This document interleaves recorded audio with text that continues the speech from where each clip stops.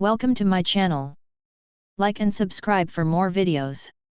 Chapter 61. So you weren't acting after all. Faced with the professional team in front of them, Murakami and Mrs. Taka immediately broke out in a cold sweat. They knew their own limitations. Even if they were skilled, they couldn't withstand an RPG. Everyone stand down. Madame Gao glared at Murakami, immediately ordered the shadowy figures to retreat, and then turned to the masked man, forcing a stiff smile. It's all a misunderstanding, a misunderstanding. There's an old Eastern saying, a friend comes from afar. Though they are far away, they shall be punished. Du Mu suddenly interjected. Mrs. Gao. Before Madame Gao could speak again, the masked man urged, stop talking nonsense and transfer the money quickly. We need to rush to complete the next order, and the client is already pressing for payment. Are you bounty hunters or food delivery riders? Seeing this, Madame Gao said no more and gestured to Murakami with her eyes to clean up the mess he had made. Murakami's face turned ashen. In principle, he shouldn't be afraid, but unfortunately, the principles are now in the other party's hands. Finally, he took out his phone, whispered a few instructions, and said to the masked man, the money has been transferred. Okay, remember to give a good review. After confirming receipt of payment, the masked man, without any hesitation, immediately led a dozen or so masked strongmen to quickly leave the abandoned factory. Their efficiency is astonishing, they truly are a professional team.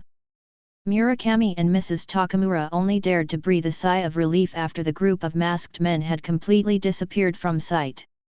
They could tell that this group of people were quite skilled in combat.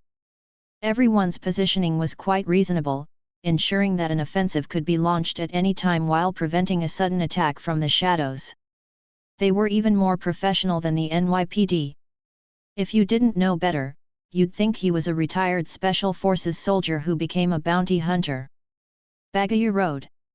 Murakami angrily uttered a phrase from his hometown dialect, feeling utterly humiliated. Madame Gao's face was equally grim, but she tried to salvage the situation by saying, it's all right.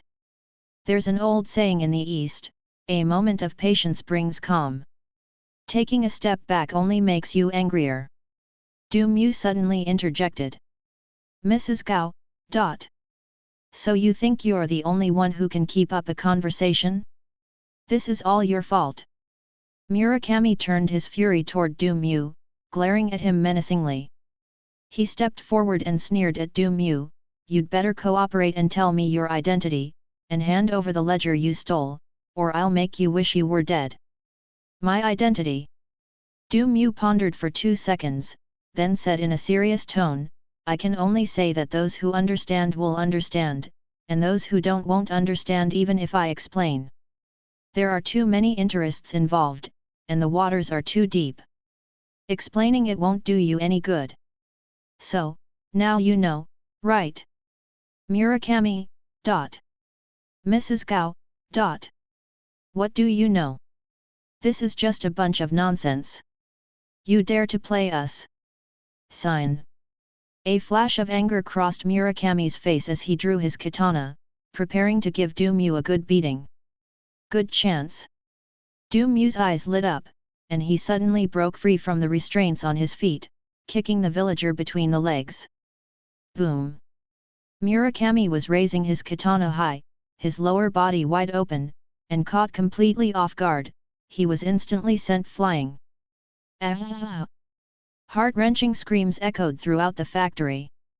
Taking advantage of the opportunity, Du Mu turned and ran, laughing loudly as he ran. Trying to catch me? Not so easy. The shadowy figures were about to give chase when they discovered that Du Mu's speed was ridiculously fast. In the blink of an eye, Du Mu rushed out of the abandoned factory and disappeared into the vast night. The shadows couldn't even catch a glimpse of him. The shadowy figures stood frozen in place, looking at each other, unsure of what to do. Mrs. Gao was also dumbfounded. Is this guy a rabbit? He runs way too fast. Murakami had barely recovered from the excruciating pain when he saw Mew run away like that, and he was furious.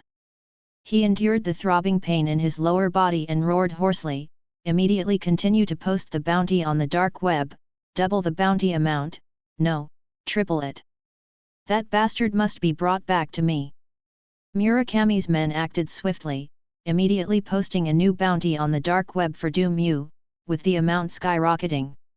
However, not long after the bounty was posted, Murakami and Mrs. Taka then heard a familiar sound of footsteps coming from outside the abandoned factory. The dozen or so masked men returned and reappeared at the door, holding Mew, who had just escaped, in their hands. "Hello, this is your order. The person you requested has delivered it. Please confirm receipt. Murakami, ... Mrs. Gao, ... You guys have worked hard, this is your reward." In a secluded corner, Mew was happily dividing the spoils with a dozen or so masked men. "Not at all, it's no trouble at all, it's my duty." The masked men laughed as they removed their masks, revealing faces that, without exception, were all SHIELD agents. Clearly, these were all actors specially invited by Mew. Several of them were familiar faces, including the stock market investor who chopped up little Tony to make soup. They were all veteran actors. Mew thought to himself, since the reward money was just sitting there anyway, he might as well keep it for himself. So he used his level 6 agent clearance to have a group of SHIELD agents kidnap him and take him to collect the bounty. Then, relying on his superior skills, he escaped, and once the new bounty was refreshed, he let them tie him up and take him back to collect the reward. And so it went, over and over again, endlessly racking up bounties. This isn't exploiting a bug, it's making good use of the game mechanics. Unfortunately, this mechanism was quickly fixed. Because Mew had run away several times and was caught by masked men each time, Murakami seemed to finally realize that he had been tricked and stopped posting bounties on the dark web. After several days of effort, the reward for Mew was finally set at $1,300 million. Considering the currency conversion, this bounty is worth at least 1 billion berries for a pirate. Mew could barely accept this result. "Agent Mew, remember to contact us if there are any more good opportunities like this in the future," one of the veteran actors said to Mew. The other veteran actors nodded repeatedly, their eyes filled with eagerness. Seeing their reaction, Mew asked curiously, "What's wrong? Are you short of money?" The veteran actor scratched his head and said, "To be honest, we had a lot of Stark Industries stock invested in a while ago, but then that guy announced the closure of the weapons division, and the stock plummeted. We almost had to take on part-time jobs to pay off our debts." Mew. So it turns out you weren't acting back then, but were genuinely expressing your feelings. After the agents received their generous reward, they all left, satisfied. They weren't worried about being held accountable by SHIELD for tonight's actions. Because all actions are within Nick Fury's tacit approval range, as long as a portion of the compensation is handed over afterward to fund SHIELD, Nick Fury will choose to turn a blind eye. Nick Fury. End of this chapter. Chapter 62. It is a great fortune for SHIELD to have such a capable and loyal agent.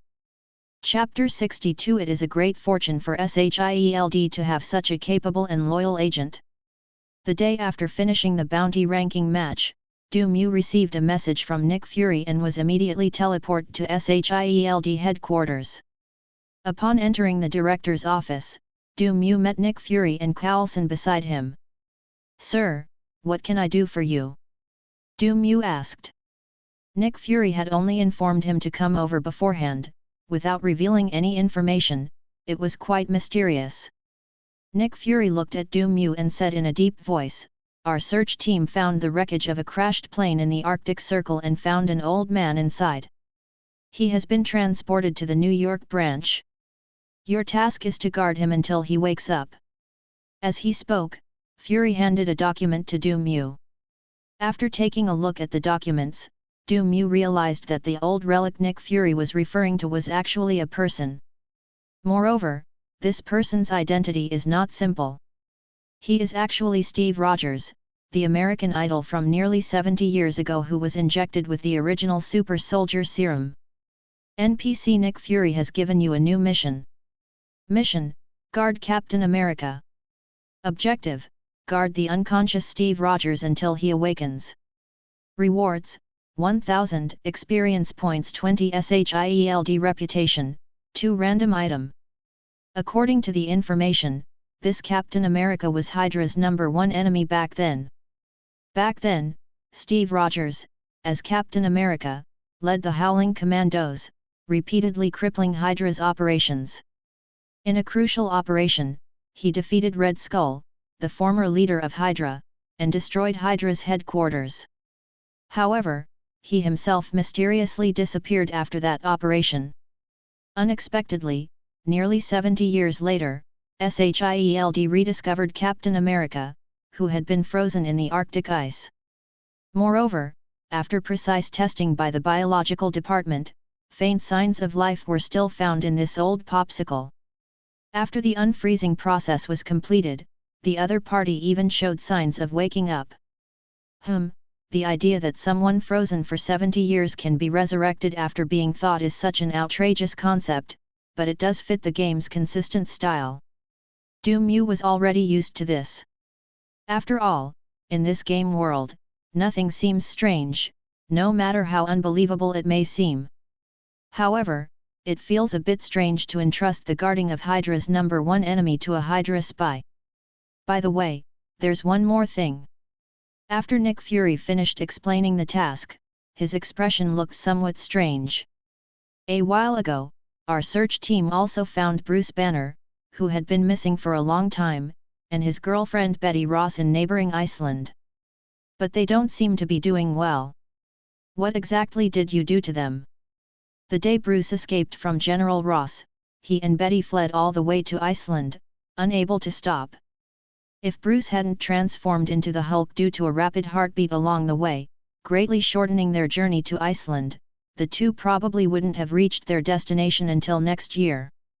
Fortunately, a SHIELD reconnaissance team was on a mission near the Arctic Circle at the time and located them shortly after they arrived in Iceland. When the search team found the two, they saw Bruce and Betty, who had returned to human form, huddled together, shivering in the freezing cold and hunger. Their appearance was truly pitiful. Du Mu scratched his head. I didn't do anything, I just helped them fulfill a wish. Nick Fury's lips twitched slightly. It was supposed to be a wish, but it almost became a last wish. After this experience, the two of them will probably have a psychological aversion to Iceland for the rest of their lives. After Du Mu left, Coulson, who had been playing a supporting role, finally spoke up. Sir, is it really okay to hand him over to Du Mu? Captain America's existence and the Unfreezing Project are classified as level 8 or higher. His level is far from sufficient to make contact. Nick Fury calmly replied, Don't worry, Coulson, Du Mu is a trustworthy agent. At this point, he couldn't help but recall that Du Mu had volunteered to undergo a classified test by SHIELD. From psychological assessment to stress interrogation, Du Mu scored full marks in almost every aspect, constantly expressing his loyalty to SHIELD. He even withstood the extremely difficult test of Truth Serum, which is rare even within the entire SHIELD. It was precisely because of Du Mu's extraordinary perseverance and loyalty that Nick Fury terminated the subsequent testing phase ahead of schedule. This includes the most common method, using a seductive tactic. Because he firmly believed that an agent who could keep a secret under the influence of Truth Serum had an unshakable will as strong as steel, and could not be corrupted by mere lust. Nick Fury has absolute confidence in Du Mu. That's why he felt comfortable entrusting so many important tasks to Du Mu. On the one hand, they valued Du Mu's abilities, and on the other hand, they trusted his loyalty. Having an agent like Du Mu, who possesses both strength and loyalty, is truly a great fortune for SHIELD. Nick Fury couldn't help but sigh inwardly. Mew quickly arrived at S.H.I.E.L.'s New York branch. In addition to its headquarters in DC, SHIELD has branches in several major cities across the United States, facilitating its agents' missions nationwide. Mew also heard that SHIELD has an even more special mobile division, which is a three-dimensional carrier aircraft capable of operating across land, sea, and air, and can fly all over the world.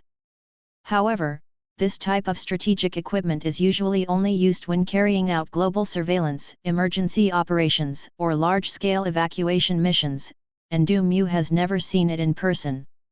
After undergoing rigorous identity verification, Mew was led to a highly confidential area. A carefully arranged temporary set has been set up here, a ward designed to resemble the style of the 1940s. Even the medical staff responsible for taking care of Steve were dressed in the style of the 40s, and the radio was playing live sports games from that era. It can be said that the details were done very well. Mew would call it Steve's world. Of course, all of this was designed to prevent Steve from being stressed after waking up, to create a suitable background so that he could relax and the SHIELD personnel could gradually explain the situation to him.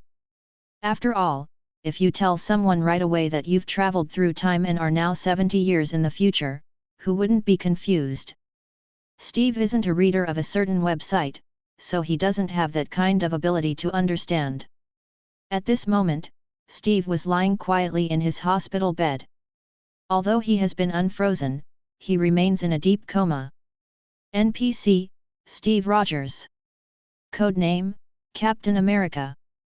Fav ability, 0. Review, Marvel's equal, American-style perky butt, master of swearing, long live Hydra, Captain America's special, remarkably effective against Hydra. Status, coma. Seeing Steve's comments, Mew was genuinely at a loss for words.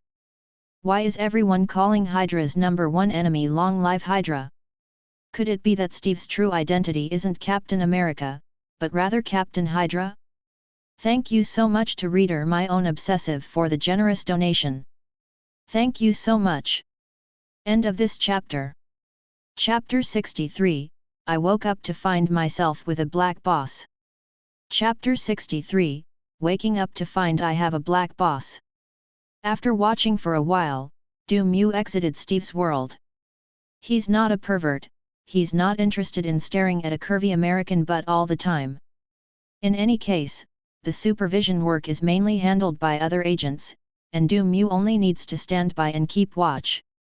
He found a perfect spot, took out his comic book, and started his AFK, away from keyboard, mode. Poor clown, he got beaten up by the evil Batman again. The next day, upon receiving news that Steve was about to wake up, Mew immediately rushed to Steve's world. As soon as I arrived at the door, I heard a commotion coming from inside. Not long ago, Steve woke up from his coma. This highly observant super soldier saw through the meticulously crafted Steve world almost instantly, achieving in a fraction of what Truman had accomplished in 30 years. When the SHIELD agents tried to calm Steve down, he suddenly attacked and swiftly took them down to the ground in a few clean moves. Immediately afterwards, Steve rushed out of the fake scene and headed straight for the room's exit. Steve was incredibly fast, his legs moved with a speed far exceeding that of an average person. Who would have imagined that this was an Iceman who had been in a coma for 70 years and had just awakened? Step aside. Steve saw Mew appear at the door and immediately shouted. Mew chuckled and said, "Sorry, this road is blocked." Steve frowned, and just as he was about to force his way through, he heard Mew suddenly shout. "Look at the fist." Mew suddenly charged forward and delivered a left front kick to Steve. Steve's eyes widened, clearly not expecting Mew to be so uncivilized. Not only did he launch a sneak attack, but he also shouted, "Take this punch!" and then kicked him. But his extensive combat experience allowed him to react instantly, raising his arms and crossing them in front of him to block. Bang! A dull crashing sound sounded. An unexpectedly powerful force struck Steve's hands. He felt a violent jolt and numbness in his arms, and was thrown backward uncontrollably by the force. He staggered back several steps before he could barely regain his balance and dissipate the terrible impact. Feeling the tingling numbness in his arms, Steve's face was filled with disbelief and astonishment. Keep in mind that he had been injected with several vials of super soldier serum, bringing all of his bodily functions to the peak of human potential. However, Mew was able to easily defeat him with a single kick. Could this guy also be a cyborg injected with the super soldier serum? Once the thought crossed his mind, Steve immediately made no reservations. He immediately assumed a standard fighting stance, stepped forward, and threw a punch that tore through the air with a sharp whistling sound, slamming heavily towards Mew. Faced with this fierce punch, Mew only slightly shifted his body, allowing the fist to graze the tip of his nose. But Steve didn't stop. After the initial attack missed, a barrage of follow-up attacks came like a raging storm. Besides his peak human physical abilities, Steve is a master of combat, possessing a variety of fighting techniques.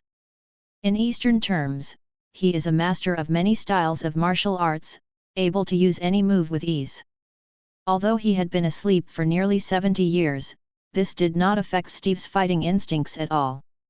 Unfortunately, no matter how exquisite Steve's combat skills were, he could not escape Mew's deadly gaze. Mew easily dodged all of Steve's attacks. Thai boxing warning. Mew seized an opening in Steve's defenses, bent his right elbow, and delivered an elbow strike to Steve's chest. He originally intended to smash it in the face, but the other person's well-developed pectoral muscles were so eye-catching that he instinctively elbowed him there. Ugh! Steve was caught off guard and took a solid elbow strike from Mew. He groaned and was sent flying by the elbow, rubbing his pectoral muscles in pain. Mew grinned, "Surrender, Steve Rogers." Steve, enduring the dull pain in his chest, clenched his fists and said seriously, "I can keep you company all day, you evil Hydra." Mew. What happened? My identity has been exposed? In fact, Steve's memory is still frozen at the moment he got into trouble, which happened right when he defeated Hydra. When he woke up, he found himself in a carefully arranged fake scene, and there were unknown people trying to deceive or even subdue him. He naturally believed that it was all a conspiracy by Hydra and classified Mew as an evil member of Hydra.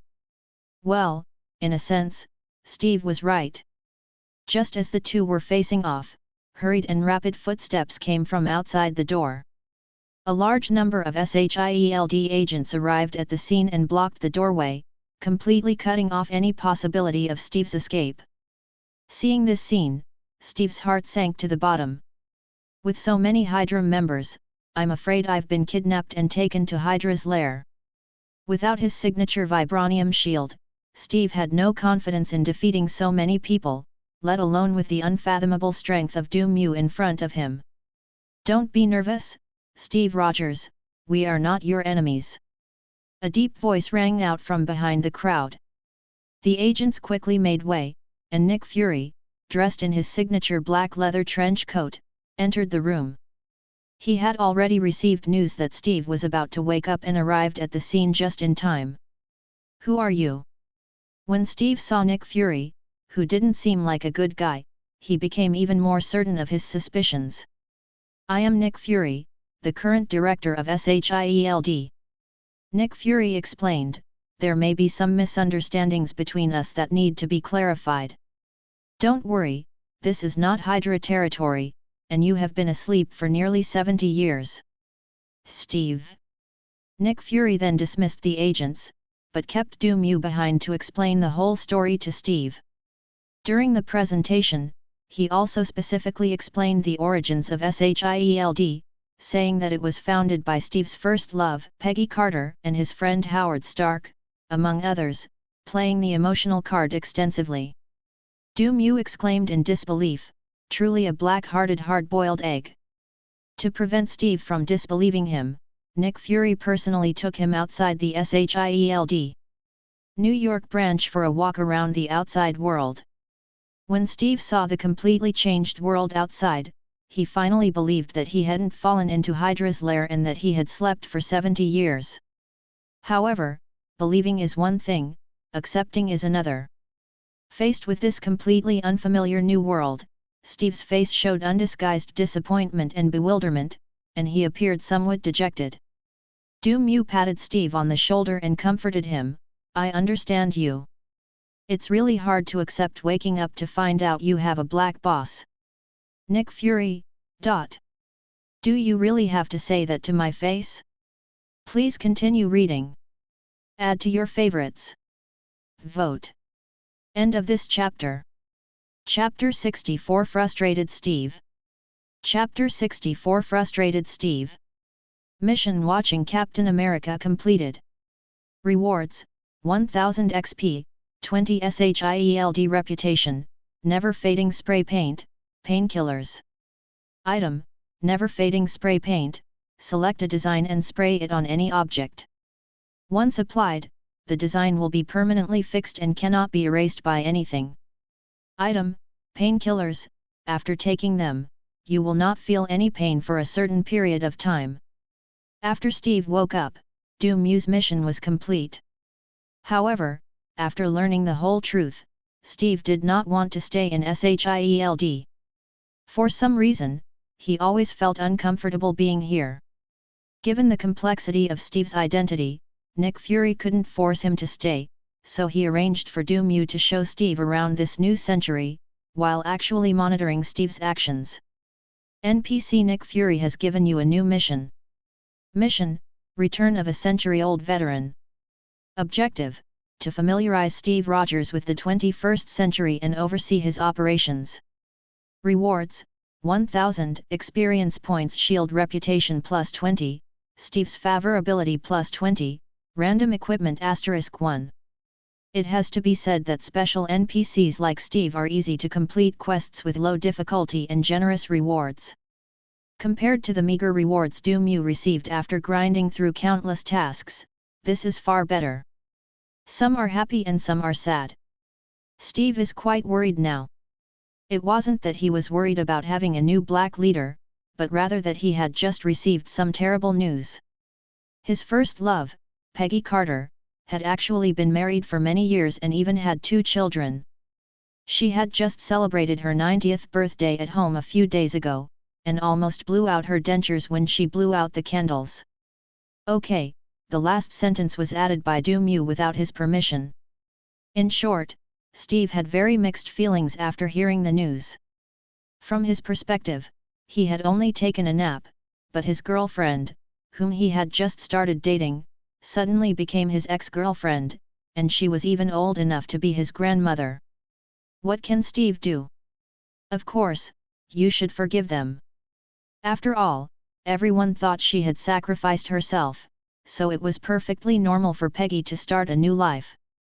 Seeing Steve's dejected look, Mew kindly comforted him, "Steve, don't be sad, because I have something even sadder to tell you." "Steve?"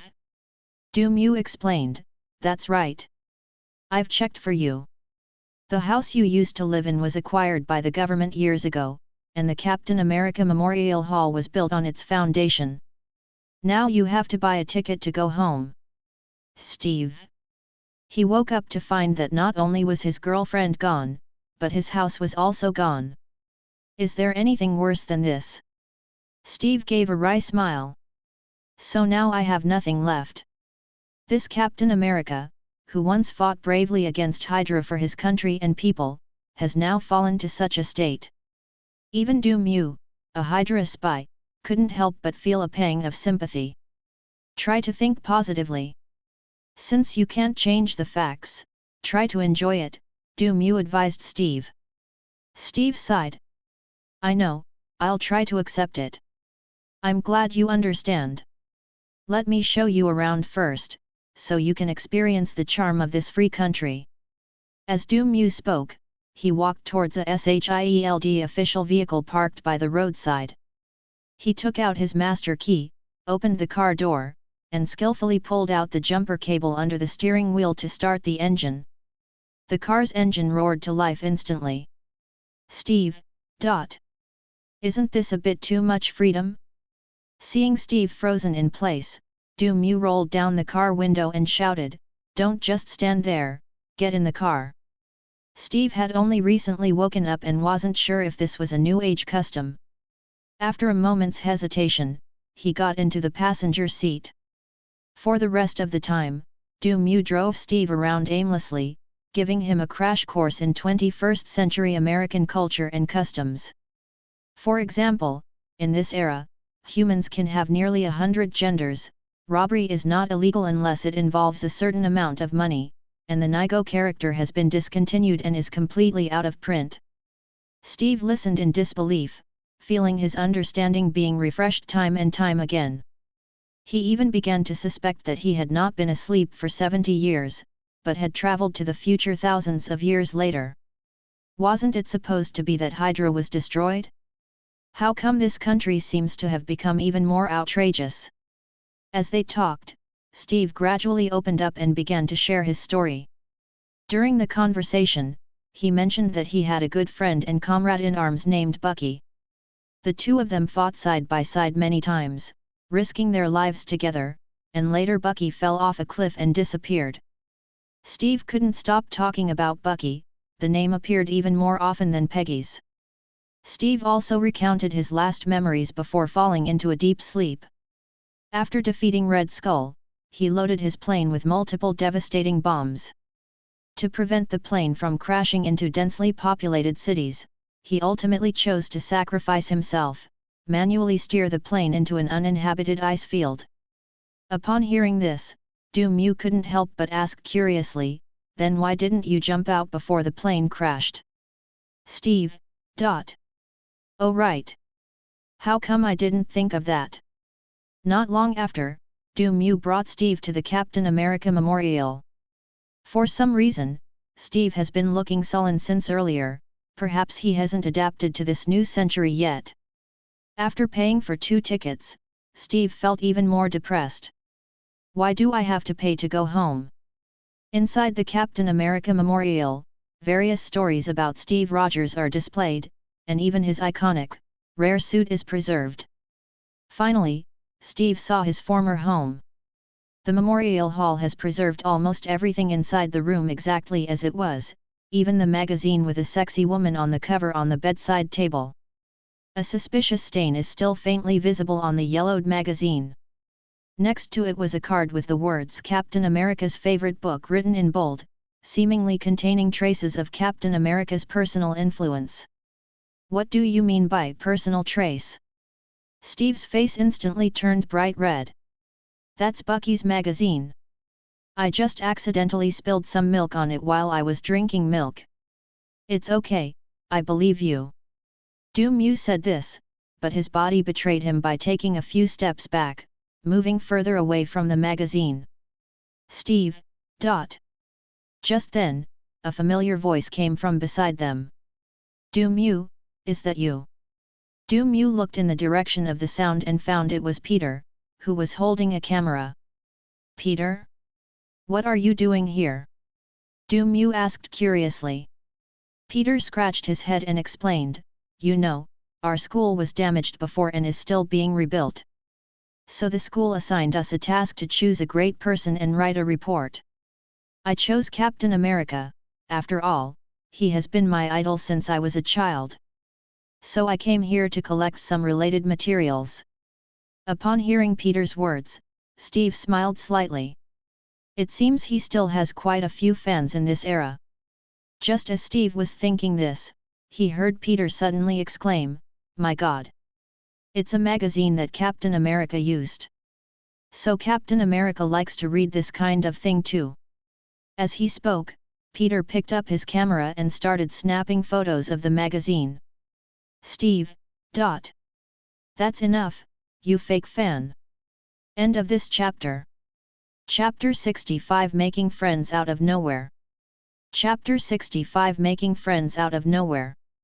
Because Steve was wearing a hat, Peter didn't realize that his idol was right in front of him.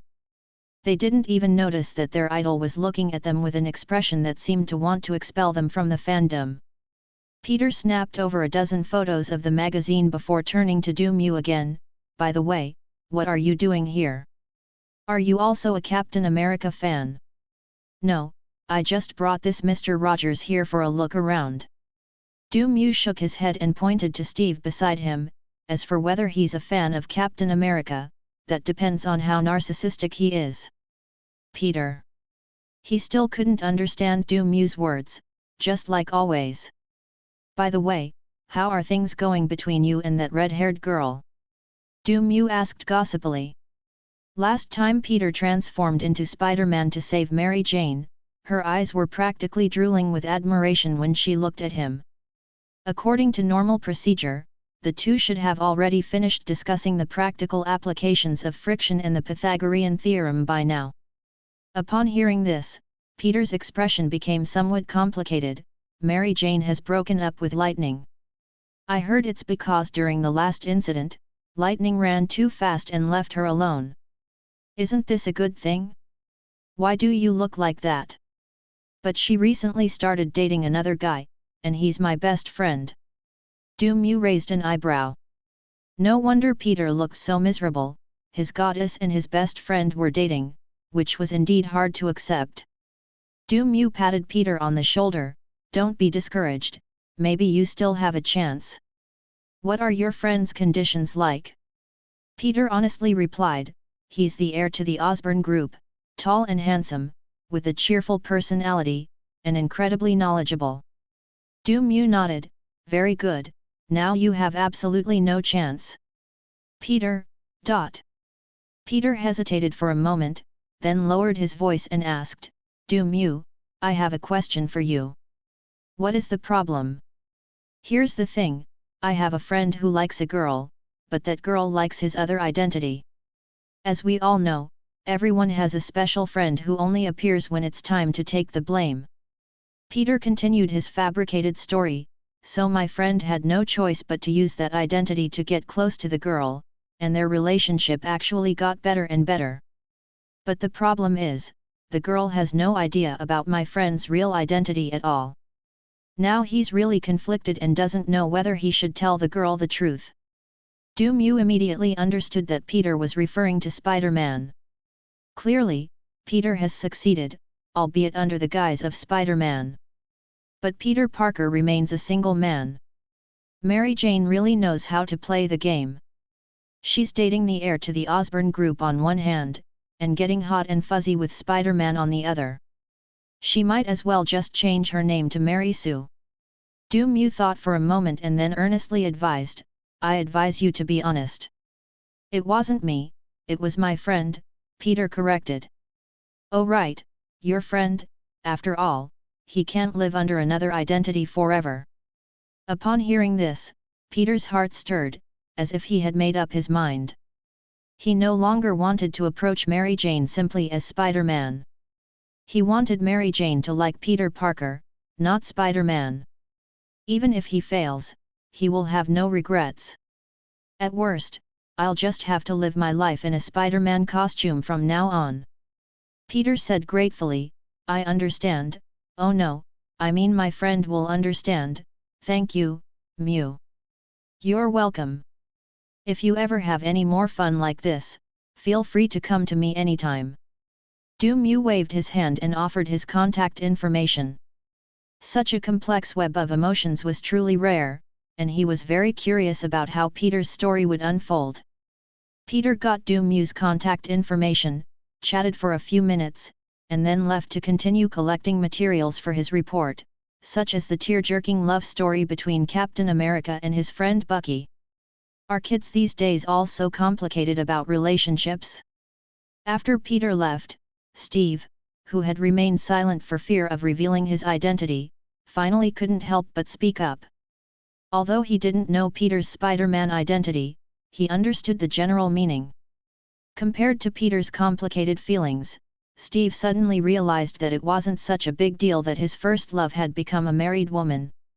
Do Mew shrugged, this is just an isolated case.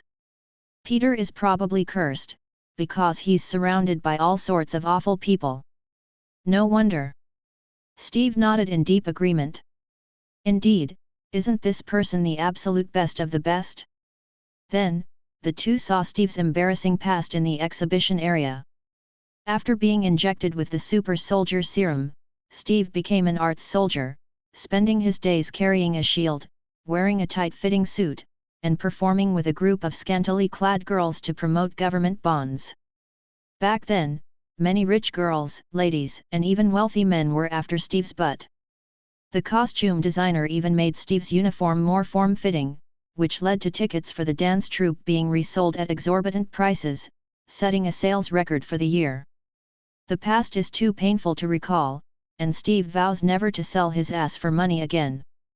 Finally, Steve couldn't take it anymore and urged Mew to leave quickly and head to the next place. This isn't a Captain America memorial, it's clearly an archive of Captain America's dark history. He even suspected that this place might have been created by one of his little grudges.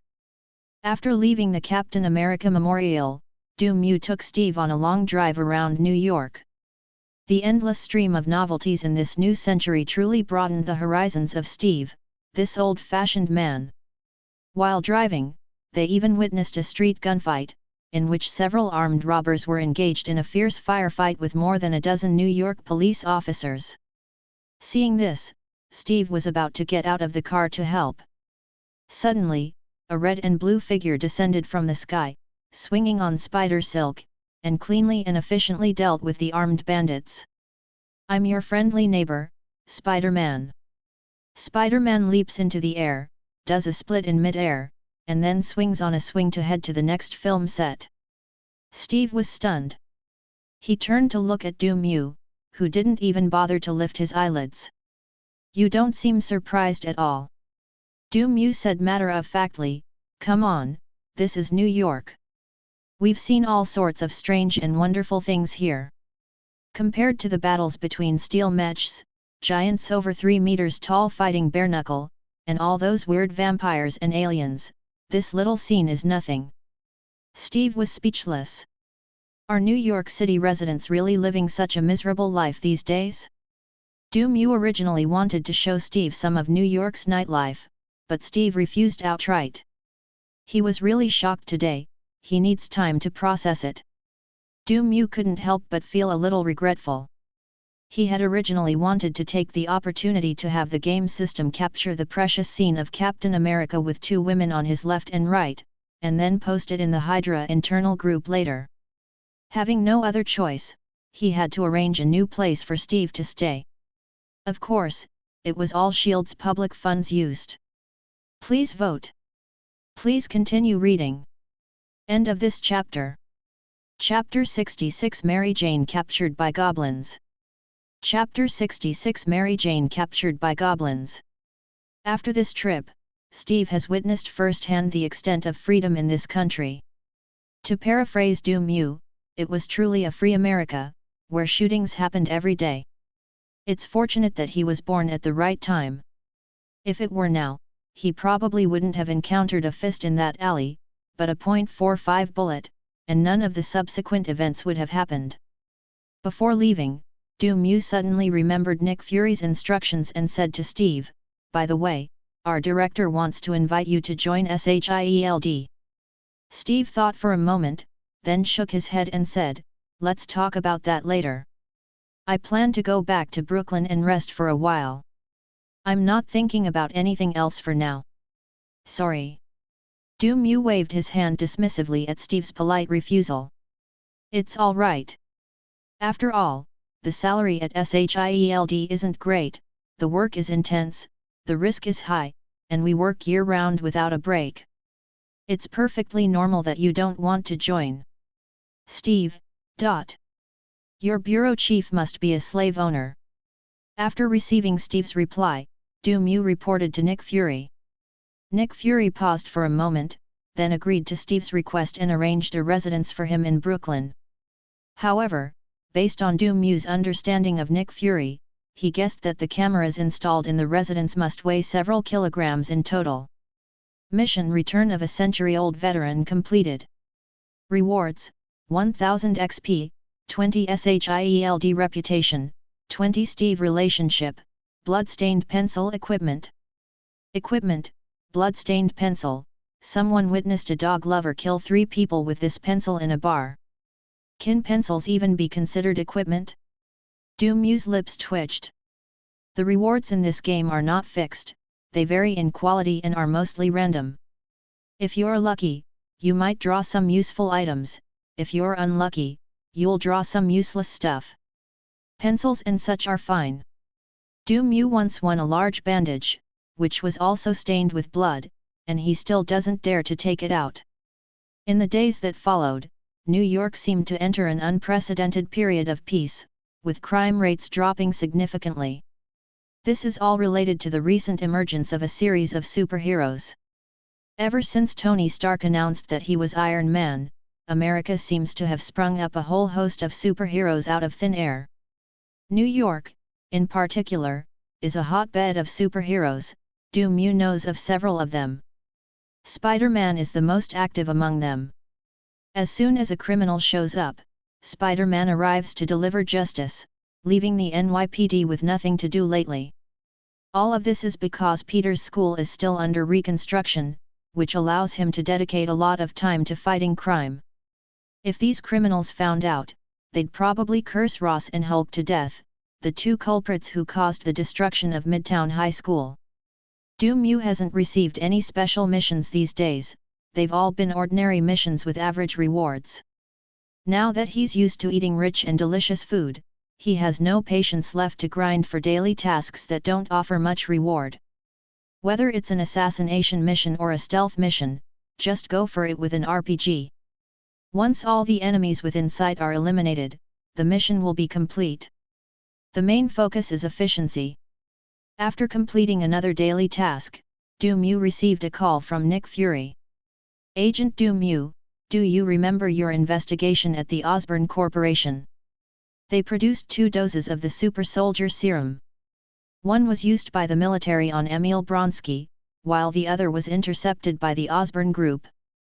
Evidence suggests that Norman Osborn may have injected it himself. This serum amplifies the user's negative emotions, and recently a guy named Green Goblin has appeared, using new equipment developed by the Osborn Group to attack Osborn Group shareholders. We strongly suspect that Green Goblin is Norman Osborn, and I need you to bring Norman Osborn back immediately. NPC Nick Fury has given you a new mission. Quest: Evil Goblin. Objective: capture Norman Osborn. Rewards: 3000 experience points, 60 SHIELD reputation, 1 random piece of equipment, 2 random items. Norman Osborn. Du Mew had a vague recollection of this NPC. He also stole some new equipment from the Osborn Group at the time, but has never used it.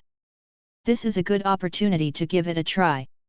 At the same time, after several days of careful consideration, Peter decided to heed Du Mew's advice. He dialed Mary Jane's number, intending to tell her the whole truth. Peter dialed the number with great anticipation. To everyone's surprise, a man's loud laughter came from the other end of the phone. Haha, hello there. Peter. I haven't heard that Mary Jane has found a new boyfriend.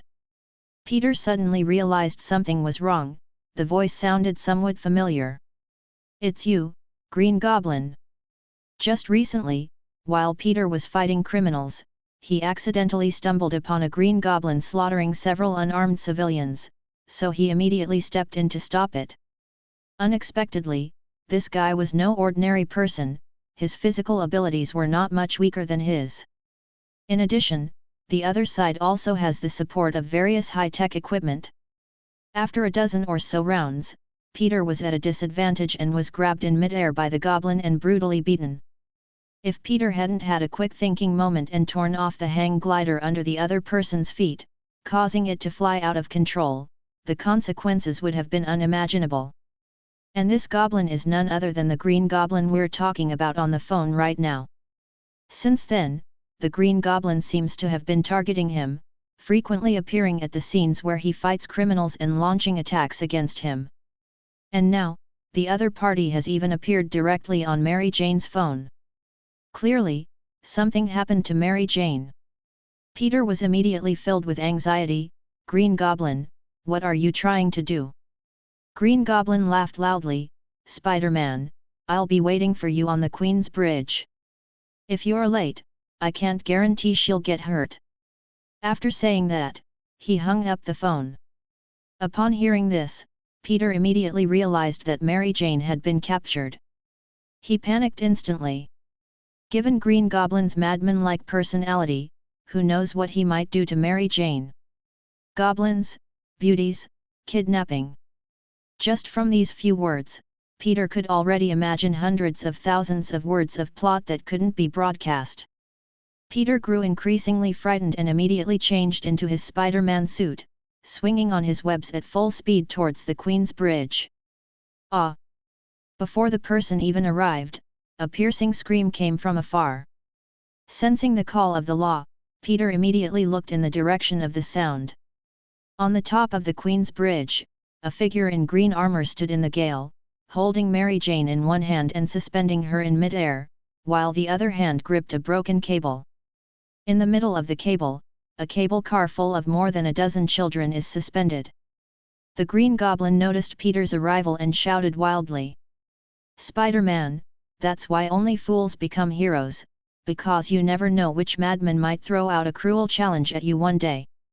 Like right now, would you rather let the woman you love die, or let an innocent child die? Their fate is in your hands." End of this chapter. Chapter 67, You are the Green Goblin, then who am I? Chapter 67, You are the Green Goblin, then who am I? Like a demon toying with souls, the Green Goblin presented Peter with a classic trolley problem, forcing him to make a choice. Whichever side Peter chooses, the other side is destined to die because of his choice. This is the cruelty of the Green Goblin. Make your choice, Spider-Man. Green Goblin didn't give Peter time to think. Before he finished speaking, he released his hands without hesitation.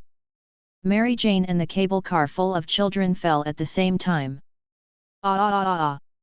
Mary Jane screamed so loudly that it drowned out the cries of the children inside the cable car. Summoned, Peter rushed toward Mary Jane and caught her as she fell. Then, he quickly shot out the spider web, his body drawing a perfect arc in mid-air, and with extremely fast speed, he grabbed the cable in mid-air, forcefully pulling the falling cable car back to safety. Peter successfully solved the trolley problem. He wanted it all. Upon seeing this, the onlookers on the Queen's Bridge cheered. Green Goblin, however, was not in such a good mood. "I said a single-choice question, who told you to turn it into a multiple-choice question?" Enraged, Green Goblin boarded the glider, charged toward Peter who was hanging in mid-air, and punched him hard in the face. Peter, gripping the spider web with one hand and the cable with the other, had no way to dodge and took the punch head-on, his body swaying violently in mid-air. Fortunately, Peter did not let go, otherwise, the fate of the dozen or so children who fell from the cable car into the sea would have been unimaginable. The current situation is very bad for Peter.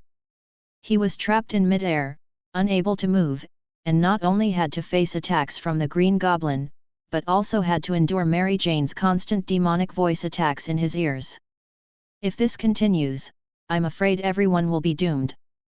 Unless Peter is willing to let go, at least he and Mary Jane can survive. However, Peter wouldn't do that, and Spider-Man certainly wouldn't.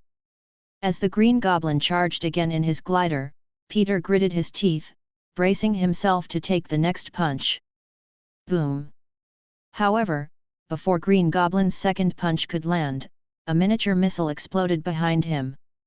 With a strong sense of being pushed back, Green Goblin was instantly blasted away along with his machine. However, the equipment produced by the Osborne Group is indeed of excellent quality. It was hit by a micro-missile without being damaged, and only had a layer of black paint on its surface. Who is it? The Green Goblin managed to regain his footing in mid-air and glared angrily at the attacker. When he saw what the attacker looked like, he was completely dumbfounded. The attacker was wearing dark green exoskeleton armor and hovering in mid-air on a similar glider. This look is exactly the same as his. The Green Goblin's eyes widened in surprise and disbelief. Who are you?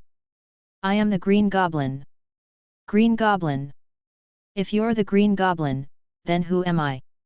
Clearly, the attacker in front of them, who perfectly replicated the Green Goblin's appearance, was none other than Mew himself.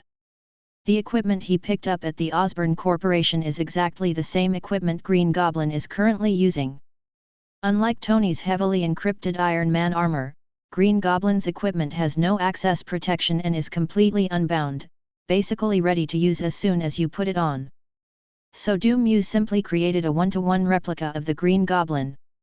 To be honest, this glider is really cool. It's the first time he's experienced the feeling of flying freely. I should visit the Osborne Group again another day, maybe I can find some good stuff there.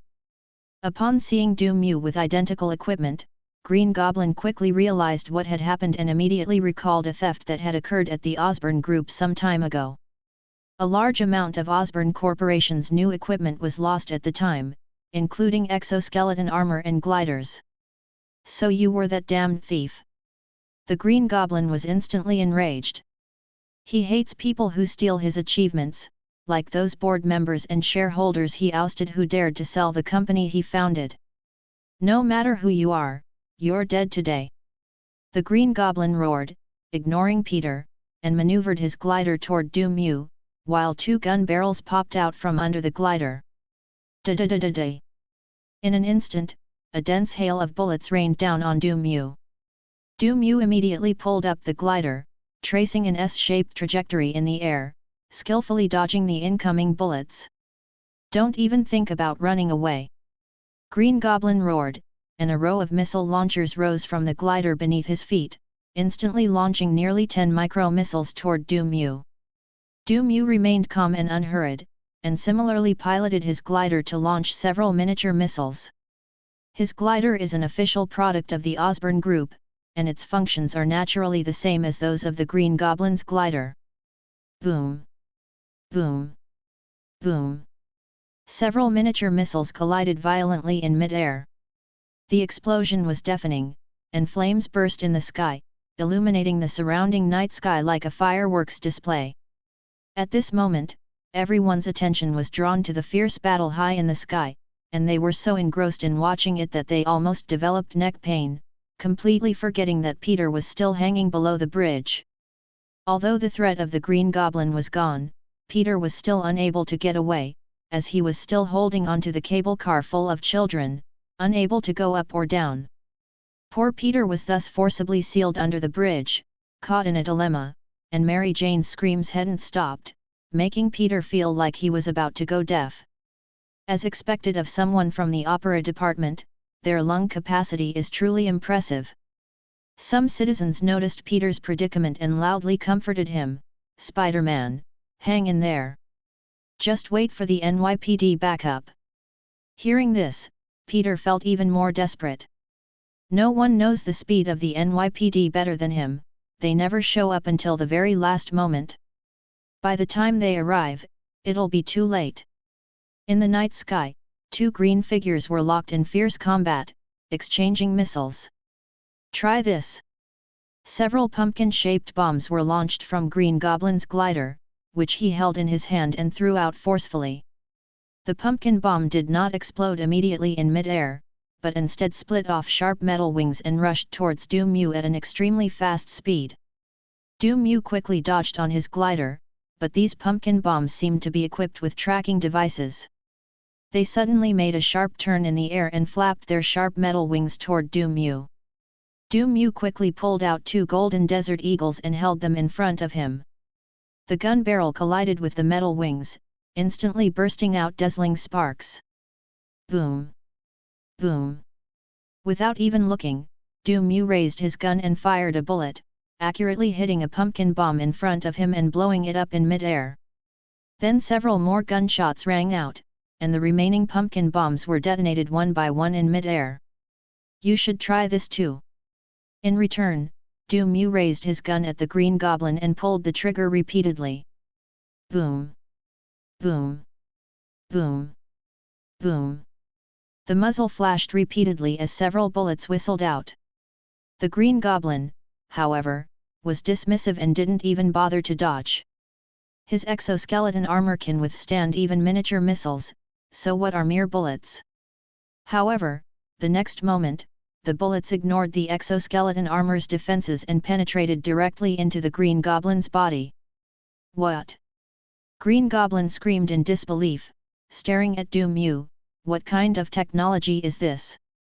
Du Mu, holding up his two pistols, corrected, it's not technology, it's magic. Green Goblin. You call this magic? Thank you all for your support. End of this chapter. Chapter 68 Green Goblin, Norman, you and number 039, VE gone a bit too far. Chapter 68 Green Goblin, Norman, you've gone a bit too far. Du Mu was not talking nonsense. If a mage were present and observed carefully, they would discover that each bullet was coated with a layer of special energy. This is the skill Du Mu learned from the Empress, a basic application of magic. Simply put, it's like an enchantment in a game, using energy to greatly enhance the lethality of bullets. But Green Goblin doesn't think so. If any two guns could be called magic, wouldn't New York be full of magicians? Nevertheless, Green Goblin personally experienced the powerful force of the bullet. If his body hadn't been enhanced by the super soldier serum and been strong enough, and if his exoskeleton armor hadn't absorbed most of the damage, those bullets would probably have severely injured him. Despite the excruciating pain, Green Goblin fixed his gaze on Du Mu. Who exactly are you? Du Mu chuckled and said, Mr. Osborne, it seems you no longer need the potion of life. What a pity, I just developed a new flavor of the potion of life and was just thinking of letting you try it. Life potion? Green Goblin's pupils contracted, and he asked in surprise, could it be that you are? Seeing that the other party had already guessed the answer, Du Mu no longer hid it and nodded, saying, that's right, I am actually the embodiment of your kind personality. Green Goblin, What kind of kind person is that? As the evil personality born from Norman Osborn's body, how could he not know that there was also a kind personality? Green Goblin, of course, didn't believe such nonsense and gritted his teeth, saying, so it was you. Dr. Doom. He should have thought of that sooner. When Du Mu mysteriously disappeared from the Osborne group, the group was immediately robbed, making it hard for him not to connect the two events. Surely it can't be that Stanislavski has transformed into a demon and is hunting for prey within the Osborne Corporation, right? You shameless thief! Liar! I'm going to kill you! At this moment, the master, Norman, suddenly regained control of the body and glared at Du Mu with eyes blazing with fury.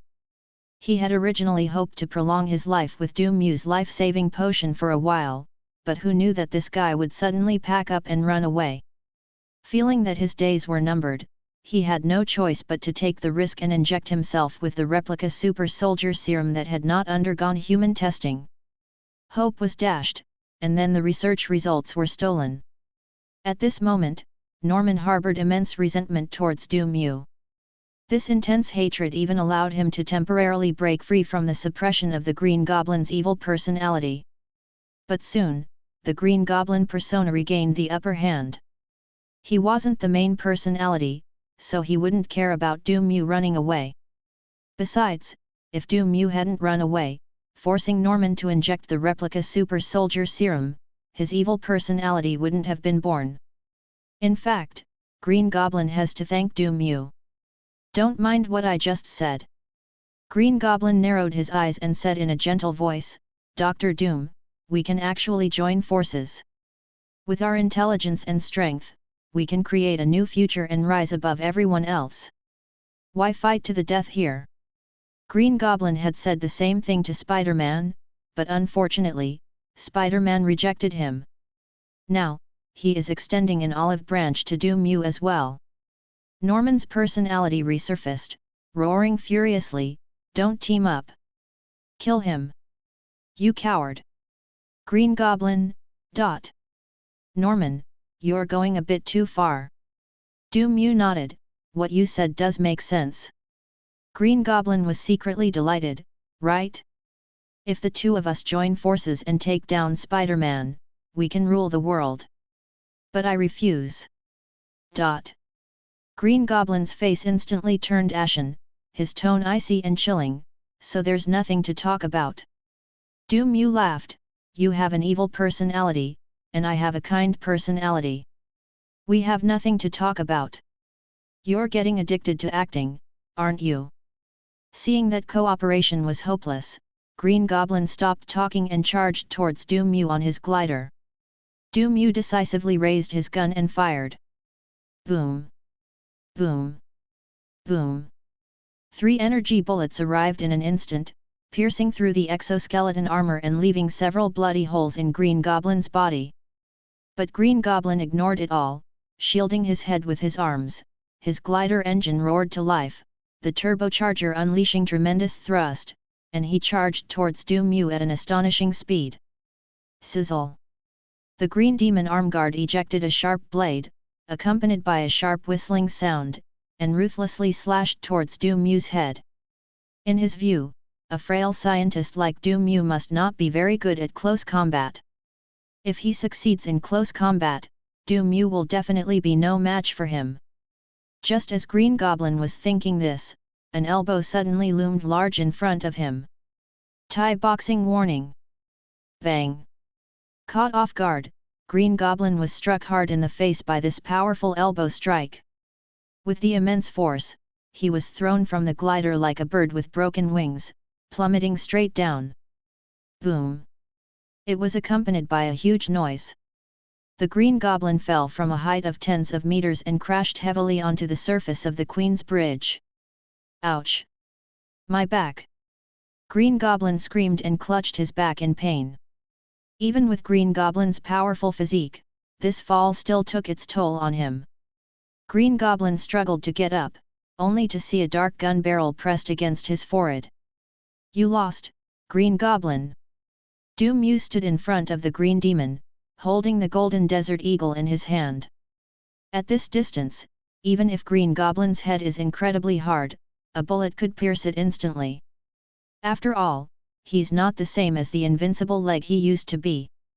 Green Goblin, unwilling to surrender so easily, said in a strange tone, "Do you think you can win like this?" As he spoke, the glider floated in the air, its 2 gun barrels slowly rotating, aimed at the panicked crowd on the Queen's Bridge. This scene was almost identical to what Peter had just encountered. The Green Goblin grinned, chuckling, "Now I'm giving you 2 choices, either release me, or let these innocent people go." Hello! Du Mu suddenly sneezed, the gun barrel jerked, and the bullet grazed Green Goblin's head, tearing up a patch of flesh and blood. "Sorry, my hand was shaking." "What were you trying to say?" Green Goblin. Clearly, Du Mu is not Spider-Man. He chose neither of Green Goblin's 2 options. Green Goblin was momentarily speechless, unsure whether to continue. If he continued, he was afraid that Du Mu might accidentally start another wild idea. After all, Du Mu was truly capable of firing a gun. Without wasting words, Du Mu raised the butt of his gun and slammed it hard onto Green Goblin's head. But Green Goblin's head was too hard, and he wasn't knocked unconscious on the first hit, so Du Mu raised the butt of his gun and smashed it down again. After being hit more than a dozen times, Green Goblin finally passed out. It wasn't that he was knocked unconscious, but rather that Du Mu suddenly remembered that this exoskeleton armor could also spray out a powerful sedative, effective enough to knock out an adult elephant for several days, which would be perfect for dealing with a mutant like Green Goblin with strong physical abilities. Well, he really just happened to forget. Du Mu tossed the unconscious Green Demon onto the glider, then steered it into the distance with a roar as it cut through the night sky. On the bridge below, the crowd that witnessed the entire event erupted in enthusiastic applause and cheers. "Good job! Is this a new superhero? What's his name?" "I don't know. Since he looks so much like the Green Goblin, let's call him the Demon." Everyone craned their necks, their eyes following Du Mu and the glider as they disappeared into the distance, excitedly discussing among themselves. "Peter, still dangling in mid-air. Is there no one going to speak up for me? Please vote. Please continue reading. End of this chapter. Chapter 69 Matt and number 039, S Power. Chapter 69 The Power of 10 Matt. The following day, the battle between the real and fake Green Goblin from the previous night quickly made headlines in major newspapers. To distinguish between the two, the media gave Mew a new nickname, the Devil. Unfortunately, the Osborn Group's exoskeleton armor was just too ugly. It didn't look like a hero at all, and with its all-green color scheme, it was really hard to come up with a good name for it. Even Jonathan Jameson, the editor-in-chief of the Daily Bugle and Spider-Man's biggest hater, made an exception and reported on the matter. The title is, Spider-Man and the Demon's Unspeakable Secret. Okay, he still likes Spider-Man so much. Meanwhile, Mew took the unconscious Green Goblin back to SHIELD. For supervillains with extraordinary powers, SHIELD has its own professional containment and handling procedures. Quest Evil Goblin completed. Rewards: 3000 XP, 60 SHIELD Reputation, Gantz Enhanced Suit Equipment, Dark Matter Item, Banana Peel Item. Equipment: Gantz Enhanced Suit, a full-body black bodysuit that greatly enhances the wearer's physical attributes and provides some defense. Item: Dark Substance, a special dish made by Adiao, consuming it will cause various adverse reactions. Item: Banana Peel, throw it on the ground, and any vehicle that touches it will slip uncontrollably. Mew's eyes lit up immediately. The effects of this Gantz enhanced suit seem to be even better than Green Goblin's exoskeleton armor. Aside from the lack of a helmet, it has almost no obvious shortcomings. Mew decisively put on the Gantz enhanced suit. The pure black material clings to the body like a second skin, perfectly outlining muscle lines and exuding power and streamlined beauty. To describe it in 2 words, absolutely awful. Why do superheroes like wearing tight-fitting suits so much? Mew couldn't understand it. He felt that wearing this thing was like not wearing any clothes at all. With the thought, his Gantz suit instantly expanded, his muscles bulging as if inflated, exuding an explosive sense of power. Most eye-catching are the LED light strips covering all his joints and torso, which are emitting a faint blue light, making Mew look like a science fiction warrior. Not bad. Feeling the surging power within him, Mew was filled with excitement. In terms of sheer numbers, he could probably beat 4 or 5 Matt lawyers before. Now, after being enhanced by the Gantz enhanced suit, he feels he can easily defeat at least 10 Matt lawyers. That is, the power of 10 Matt. Of course, this is just his own feeling, and the actual effect still needs to be tested in practice. However, I don't have Matt's contact information, and it seems a bit troublesome to ask him to try my hand. Who else can I ask? Mew thought to himself with some distress. At this moment, he felt just like when he first got his hands on an RPG, eager to find a car and blast it into the ground. However, given Mew's current stats, he definitely can't find ordinary people, he needs to find some worthy opponents to have any reference value. Steve is out of the question, his 50/50th attribute seems a bit weird. As for Peter, that kid was already miserable enough, so beating him up really made me feel a little guilty. As for Hulk and Thor, those two pure stat monsters, without using equipment or items, trying to find them is just asking for trouble. Mew suddenly regretted sending Green Goblin in so quickly, he should have kept him as a punching bag. He thought for a moment, then immediately brought up the game map, locked onto the coordinates of Asgard, and teleported there. In the blink of an eye, Mew returned to his palace, which remained unchanged from when he left. Not far from the palace, Mew saw Thor descending from the sky, Mjolnir in hand, and eagerly asked, Mew, you've finally appeared. Heimdall said you returned to Midgard, is that true? Ever since discovering Mew's disappearance, Thor had sought out Heimdall to find Mew's whereabouts.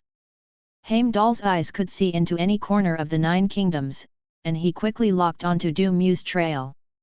To Thor's astonishment, Du Mew had already returned to Midgard, and without the Rainbow Bridge. Du Mew nodded, "Yes, I still need to go back and hand in my mission." Thor was even more shocked when he saw Du Mew admit it. To teleport across borders is something even his father, Odin, could not accomplish. Ignoring Thor's reaction, Du Mew asked directly, "Besides you, are there any other strong opponents here?" Thor snapped out of his daze and instinctively replied, "Yes, my father."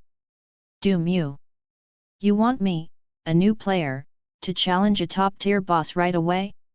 "I mean an opponent who is weaker than you," Du Mew emphasized. Thor scratched his head, "You can go to the arena and see. There are many Asgardian warriors with considerable strength stationed there, and the highest ranked one can even receive a reward from my father." "Is there any reward?" Du Mew's eyes lit up. "Isn't this just a ready-made PvP arena with leaderboard rewards? Could you take me to see it?" "Of course can." Thor readily agreed, then spun Mjolnir and instinctively reached out to grab Du Mew by the back of the neck, intending to lift him up and fly over. "No need, I can go with them." Du Mew quickly dodged away, he didn't want to experience the same treatment as Loki. Then, he took out the glider from the game's inventory, stepped onto it steadily, and hovered in mid-air. Thor exclaimed in surprise, "Is this spatial magic?" "No, it doesn't seem to have any magical aura." Du Mew was somewhat surprised, "You also know magic? Could it be that Thor, this incredibly strong and brute warrior, is actually a hidden mage in disguise?" "Of course, when I was a child, Loki and I learned magic from our mother." When Loki was mentioned, a trace of sadness appeared on Thor's face. Du Mew said he was used to it, he had the same expression when Thor was eating a lamb leg before, and it tasted better and better the more he ate. Du Mew asked curiously, "Then why have I never seen you use magic?" "Oh, later I found that magic wasn't as effective as a hammer, so I stopped learning it." Du Mew, "Okay, I overestimated you." Du Mew said no more, and piloted the glider, following Thor as he took off with the spinning hammer.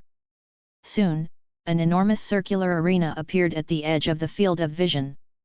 The two were cornered at the edge of the arena, instantly surrounded by deafening shouts and the clash of weapons. On the massive sandy arena, 2 Asgardian giants were locked in fierce combat, each collision sending up dust and sparks that drew enthusiastic cheers from the spectators in the stands. One of them was someone Du Mew was quite familiar with, it was Volstagg, one of the 3 Asgardian dogs. The 3-in-1 Magneton has finally separated. As Du Mew was thinking this, he heard 2 familiar shouts. Looking up, I saw that Fandral and Hogun were cheering for Volstagg in the stands. "Okay, never mind. I want everything."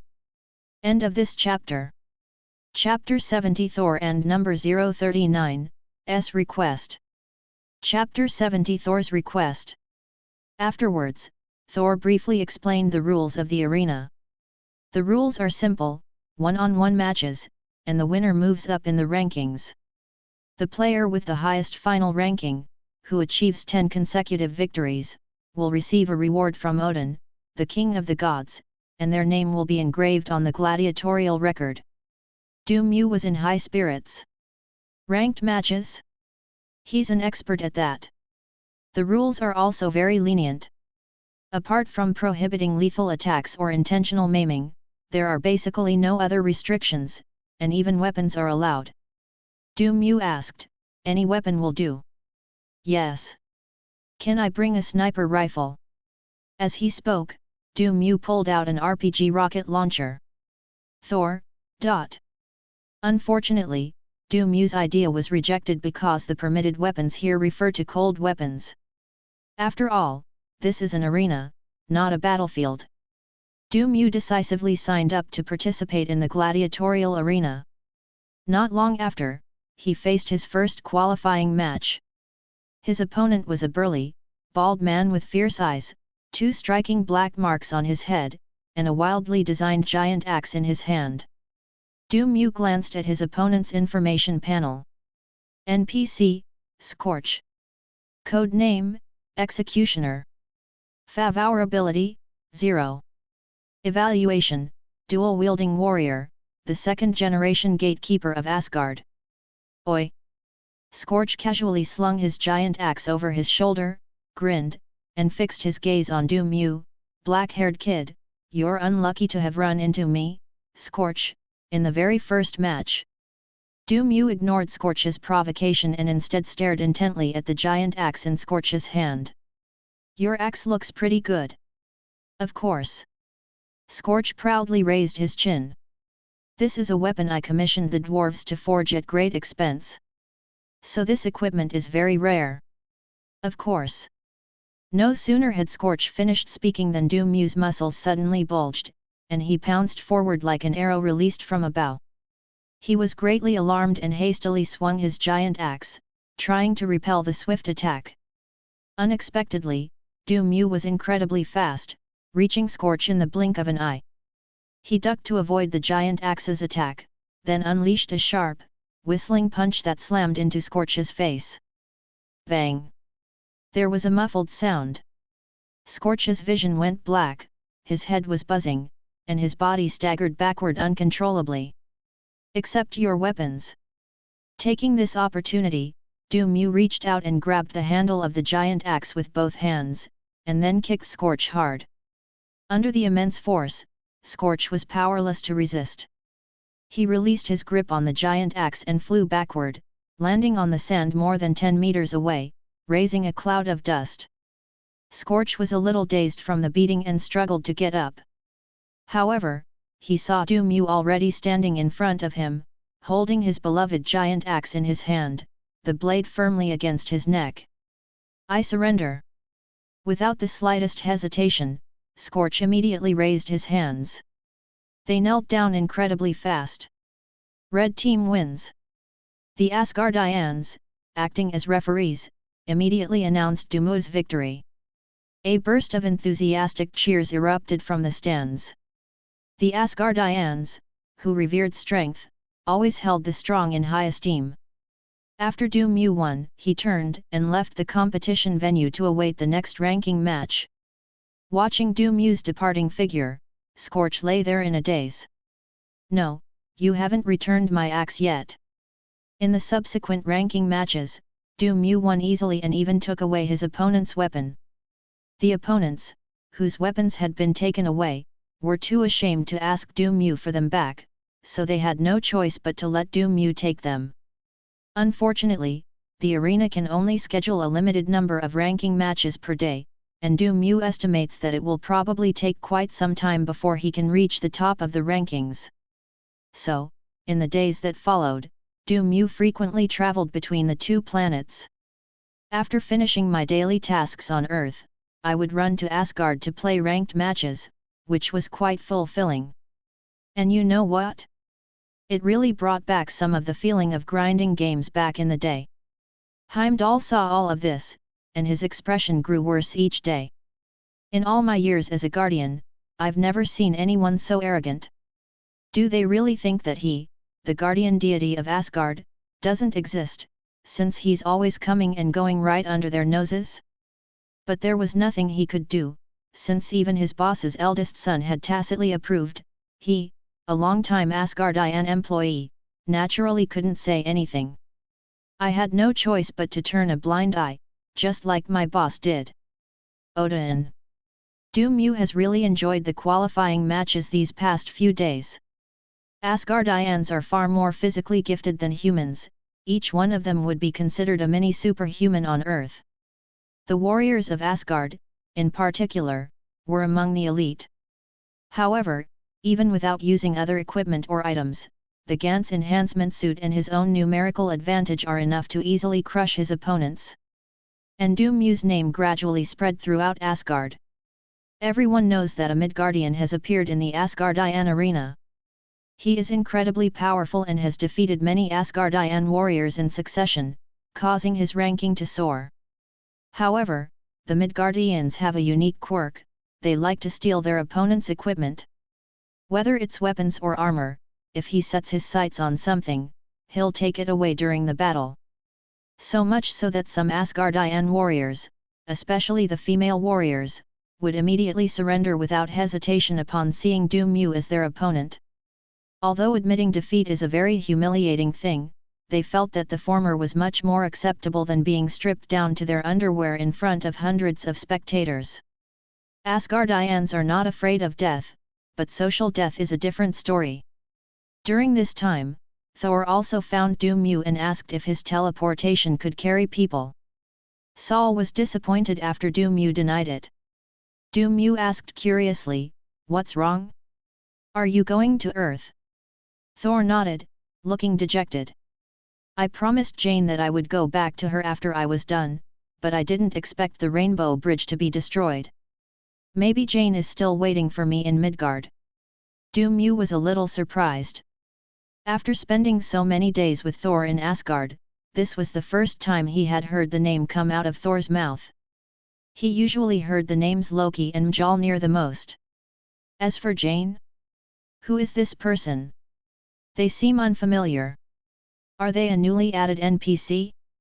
But you can take a video, and I'll send it to that person for you when I get back to Earth, Doom Mew suggested. This method works. Thor's eyes lit up, and he exclaimed that Doom Mew was a genius. Then he used Doom Mew's phone to take a video. Thor, true to his reputation as a straight-laced man, shoved the camera right in Jane's face, giving her a silly, awkward look from a terrible angle as he recounted what had happened and explained why he hadn't returned to Earth. It was normal at first. But as they talked, his topic suddenly shifted to Loki. In the video, Thor, looking distressed, recounts the trivial matters that have been happening between him and Loki these past few days. For example, he discovers that his brother Loki was actually adopted. For example, he doesn't know how to mend the brotherly bond between himself and Loki. For example, Loki blah blah, Loki blah blah. In short, it's hopeless. Doom Mew could easily imagine what Ji-eun's expression would be when she received this video. Imagine a girl's boyfriend running away to his hometown, saying he'd be back the next day, but then disappearing for over a month. After finally receiving a message from the other party, it turned out to be all about the mess between the other party and his brother, with not a single word of concern for me. What would this girl be feeling? They probably wanted to kill him. I'm desperately seeking help. End of this chapter. Chapter 71 URU Metal. Chapter 71 URU Metal. Just as Doom Mew had predicted. Jane reacted extremely strongly to the video and responded with a 10-minute video of her own. Doom Mew didn't dare to open it, silently downloaded the video to his new phone, and gave it to Thor when he returned to Asgard. Before he had gone far, a series of telegrams, distinctly American in style, came from behind him. However, none of this has much to do with Doom Mew anymore. Doom Mew fought his way through the gladiatorial arena in Asgard, eventually climbing to the top of the rankings. Those ranked higher than him now are mostly renowned warriors of Asgard, such as the 3 Asgardian hounds he knows, and the goddess of war, Sif. As for Sol, he did not participate in the qualifying rounds. Hundreds of years ago, Thor had already reached the highest ranking, and his name was permanently engraved on the leaderboard. It's worth mentioning that Loki's name is also prominently displayed on the leaderboard. It is said that Loki, with only 2 daggers, defeated numerous Asgardian warriors in the arena and fought his way to the top of the leaderboard. Yes, he truly deserves to be one of the top mages in Asgard. As Doom Mew's ranking rises, the strength of his opponents also increases. However, Doom Mew still easily advanced all the way thanks to his excellent mathematical skills. This time, Doom Mew's opponent was an old acquaintance, Fandral, one of the 3 Asgardian dogs. Fandral was a master swordsman, whom Thor called the best swordsman among all the people of Asgard. Upon seeing Doom Mew, Fandair said seriously, "Doom Mew, although we have known each other for a while, I cannot hold back because of that. I will use my best skills to defeat you. Du Mew, gripping Scorch's giant axe, nodded and said, bring it on. It is good. Fandal's expression turned serious, and he immediately pulled out a long stick from behind his back. Du Mew. What do you mean by pulling out a long staff when you're a sword master? Fandal noticed Du Mew's confusion and explained, recently, I've gained some insights into staff techniques and have mastered a powerful set of skills. I'd like to take this opportunity to test them out. That's right. Without much thought, Du Mew immediately launched a basic attack. 10 seconds later. With a muffled thud, the stick-fighting master Fandral instantly fell asleep. Du Mew, You can only strike 3 times in less than a second, which is worse than some of Earth's guards. Is this what you call stick fighting? Du Mew was speechless and turned to face the next ranking match. As for Fandral's broken stick, he didn't even bother to glance at it. Coincidentally, the next opponent of the Doberman will also be from the Asgardian Three Dogs, Hogan, who has an Asian face. Hogan's strength should not be underestimated. He is a top expert in melee combat, most skilled with a mace, and second best with a longsword. As soon as he stepped onto the stage, Hogan said coldly, Du Mew, it won't be easy for you to get past me. Before Du Mew could speak, Hogan took out a shield and held it in front of him. Du Mew, What, are you trying to cosplay as Captain America? As expected, Hogan didn't last even half a minute before collapsing into bed, just like Fandral. Du Mew finally realized that these two were putting on an act for him. Actually, you can't really blame Vandal and Hogan. After all, they were among the few who knew Du Mew's true battle record, and that his strength was far greater than what was displayed in the arena. They knew they could not possibly be Du Mew's match. The problem is that Du Mew's reputation had already spread throughout Asgard. They had no intention of following in Scorch's footsteps and handing over the weapons that had been with them for many years to Du Mew. However, as respectable soldiers, surrendering outright was absolutely out of the question. Therefore, they devised this strategy to save their beloved weapons. Even Du Mew was at a loss for words. After that, he defeated Volstagg, who was wielding a dagger, and finally faced his last opponent. He can climb to the top of the leaderboard if he defeats this opponent. Du Mew's final opponent was none other than the goddess of war, Sif. But she is not a challenger in the arena, she is the gatekeeper. Anyone who wants to reach the top of the leaderboard must pass her test. Judging from the battle between the Destroyer and Loki, this female warrior is indeed quite something, at least much stronger than the 3 Asgardian hounds. Sif wasn't as shameless as the 3 Asgardian dogs, she wore normal gear. You are strong, but I am not weak either. Sif looked serious, her left hand gripping the small round shield tightly, while her right hand held the long sword steadily pointing diagonally at the ground. As soon as she finished speaking, Sif suddenly sprang into action, rushing to Du Mew's front and thrusting her sword straight out. She knew Du Mew's strength well, so she went all out from the start. Clang! Du Mew swung his axe to block the sword blade, producing a crisp metallic clang.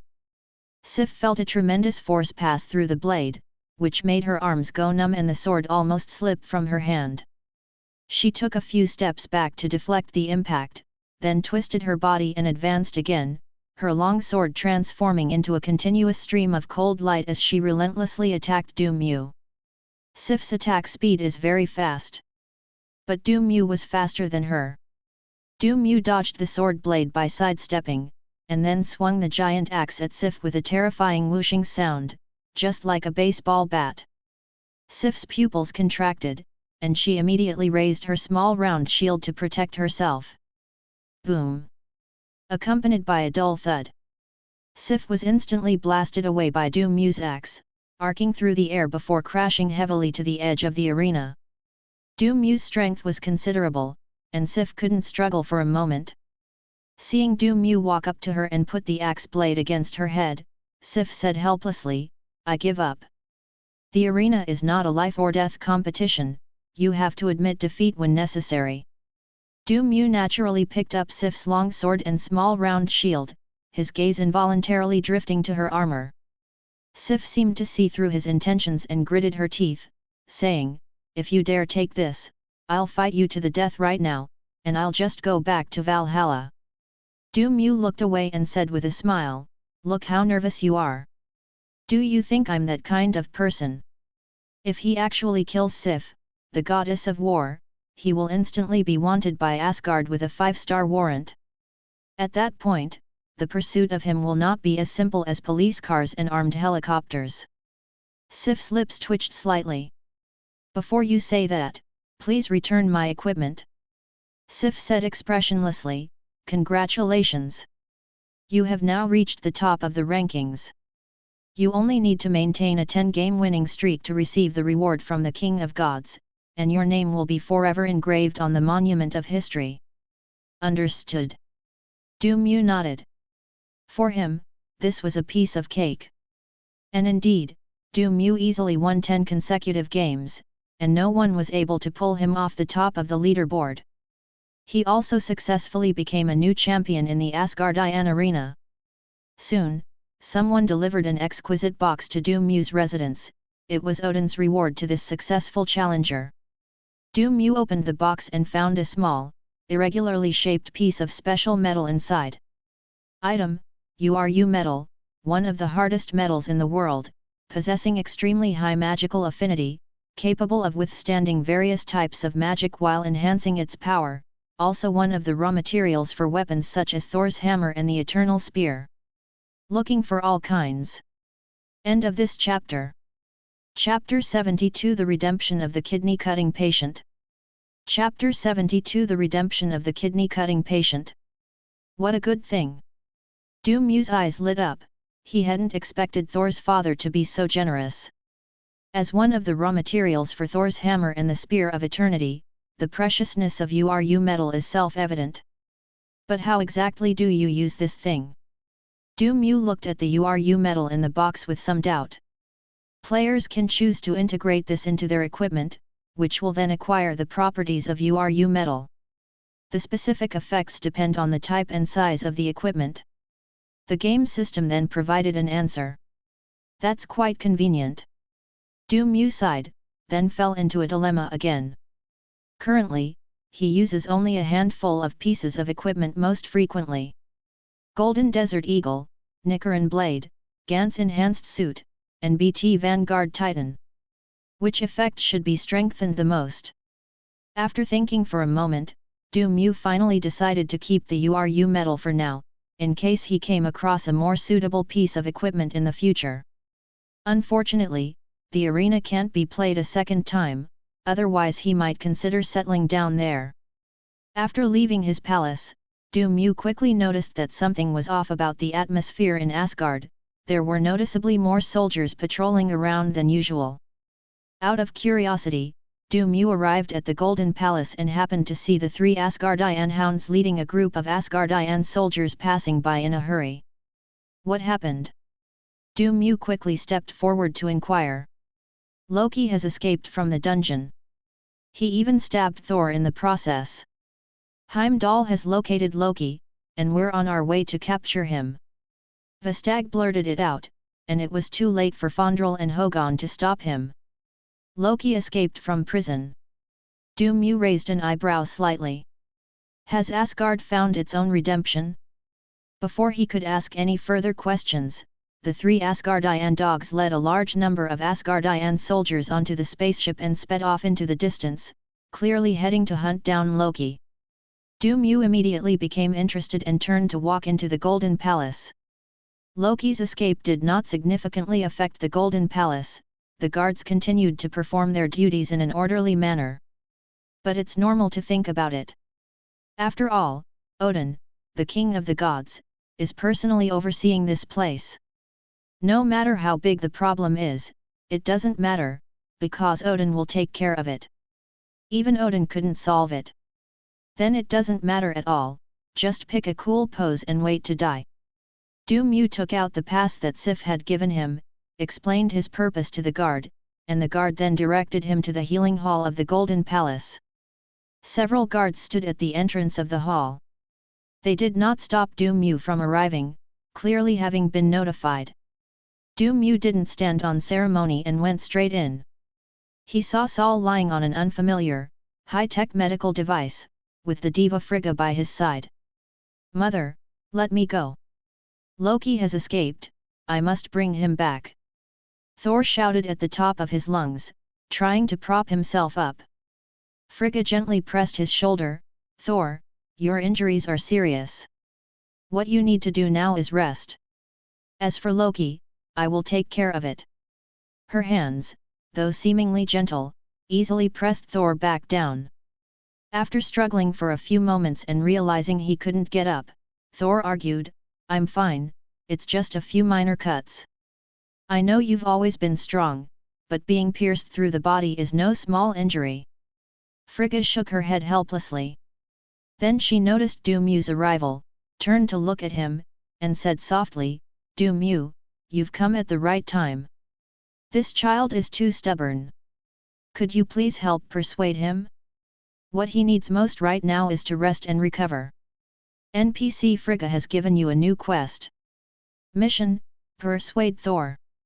Objective: to keep Thor in the healing sanctuary to recover from his injuries. Rewards: 1000 experience points, Frigga's favor ability plus 10, 2 random items. Of course, no problem. Du Mu nodded readily in agreement. Then please. Frigga gave Du Mu a grateful smile, then turned and left the healing hall to deal with Loki's troubles. The poor diva, none of her sons could give her a moment's peace of mind. After Frigga's figure disappeared through the doorway, Du Mu looked at Thor curiously. "What's going on? Why did Loki suddenly run away?" "Loki lied to me." Thor's face was filled with sadness and regret. "I have been teaching Loki according to your methods these days, and today he suddenly said that he has realized his mistake, cried very sadly, and asked me for a hug. So I went into the dungeon without suspicion, only to find that it was all an illusion created by Loki.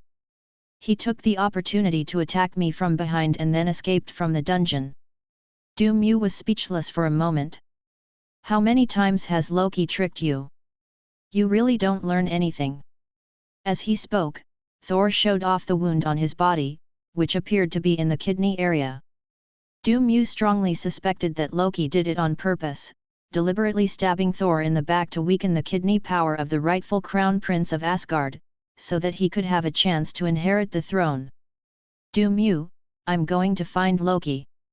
Despite his injuries, Thor struggled to get up again. Du Mu decisively stopped him. "That won't do. The Empress Dowager wants you to stay here and recover from your injuries." Thor waved his hand dismissively. "It's nothing. I'm used to Loki poking me in this spot since I was a kid. I'll be fine soon." Du Mu, I really don't understand, and don't want to understand, the way you two brothers get along. Although Du Mu's power is strong enough, it is still inferior to Thor's. Moreover, he is still a novice mage and cannot easily suppress Thor with force like a mage master like Frigga. It was clear that Saul was about to be outmaneuvered, and persuasion had failed. Left with no other option, Du Mu had to pull out the dark matter he had acquired some time ago from his game inventory, a lump of charred black substance emanating an ominous aura. Taking advantage of the moment when Thor opened his mouth to speak, he swiftly shoved it into Thor's mouth.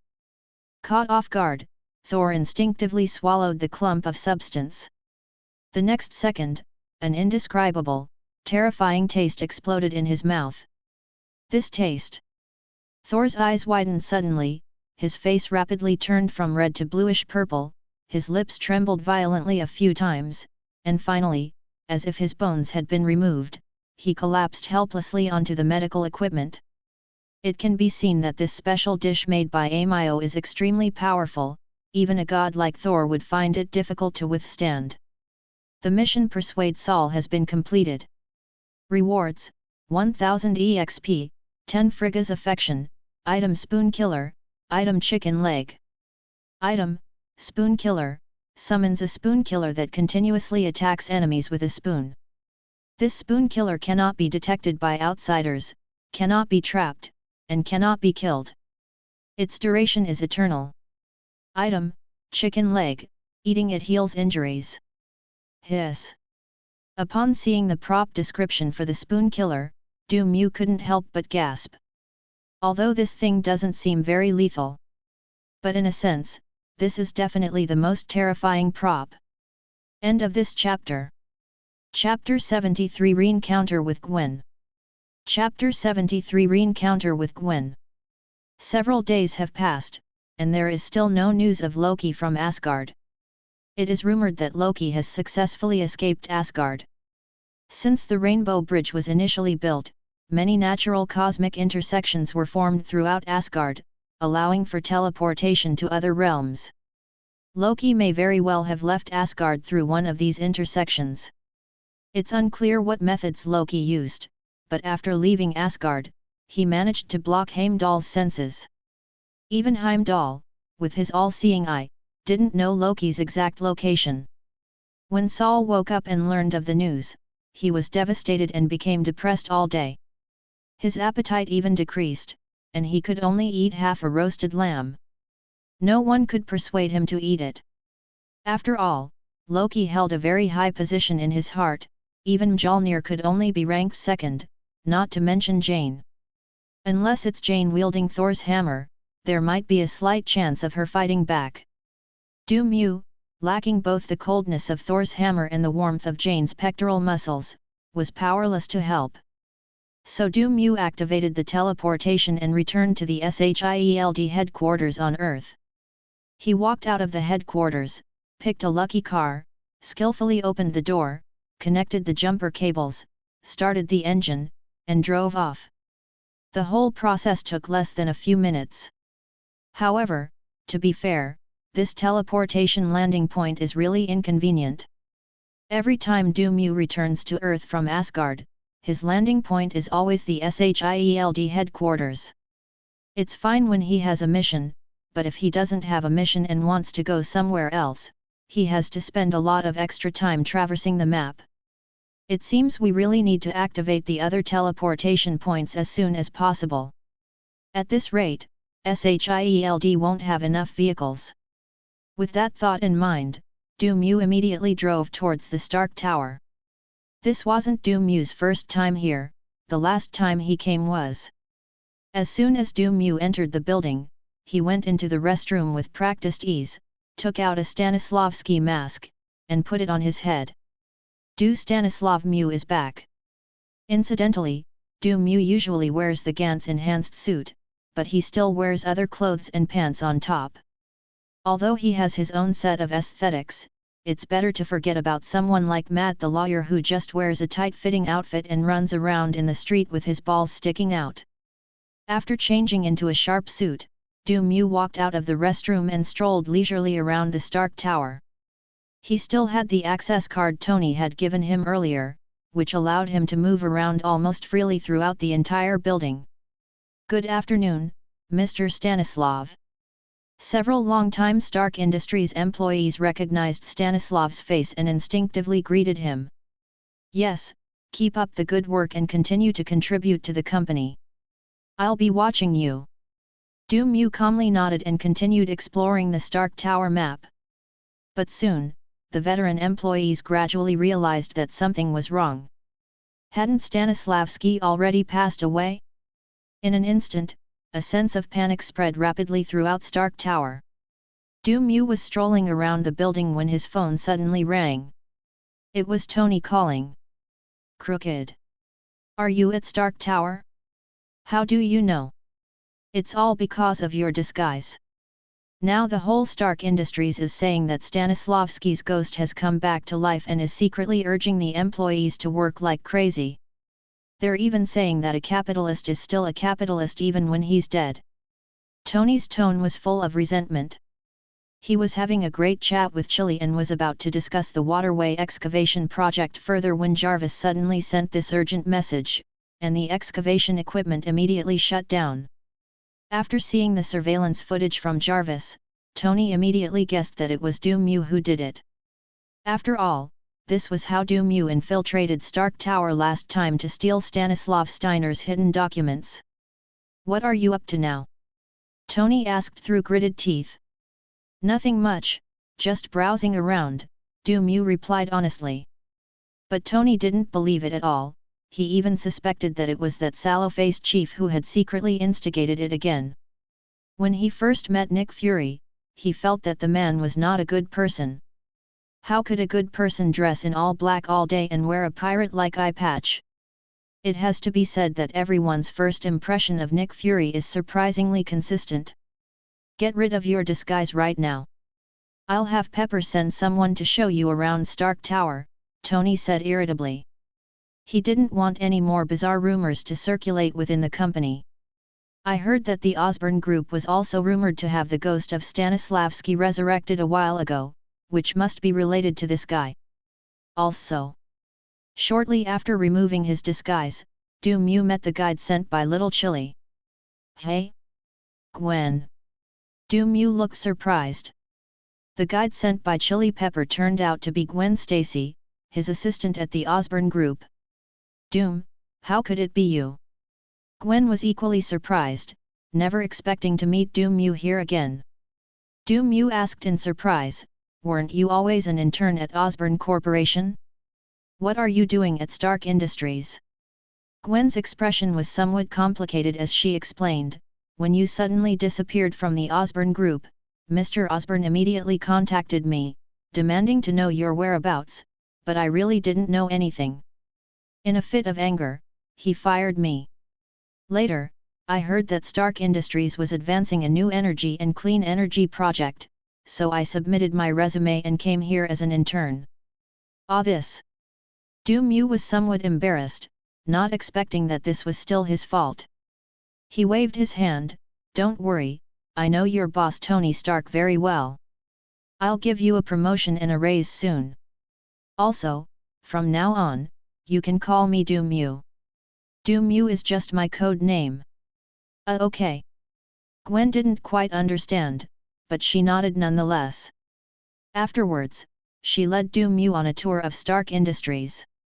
Unlike the Osborn Group's supervillain training center, Du Mu didn't find many special NPCs worth noting after wandering around. During the visit, Du Mu casually chatted with Gwen and learned from her that she was also a student at Midtown High School. What a coincidence! Du Mu's eyes lit up, and he said happily, "I'm going to visit Zhongcheng High School later, why don't you continue to be my guide?" "Gwen, I'm here as an intern, not as a tour guide." However, after a phone call from Du Mu, Gwen immediately received 10 times her daily salary and an internship opportunity to join a major research project at Stark Industries. Her job was simply to be Du Mu's guide. Evil capitalist. Gwen muttered to herself and readily agreed. It doesn't matter if it's money or not.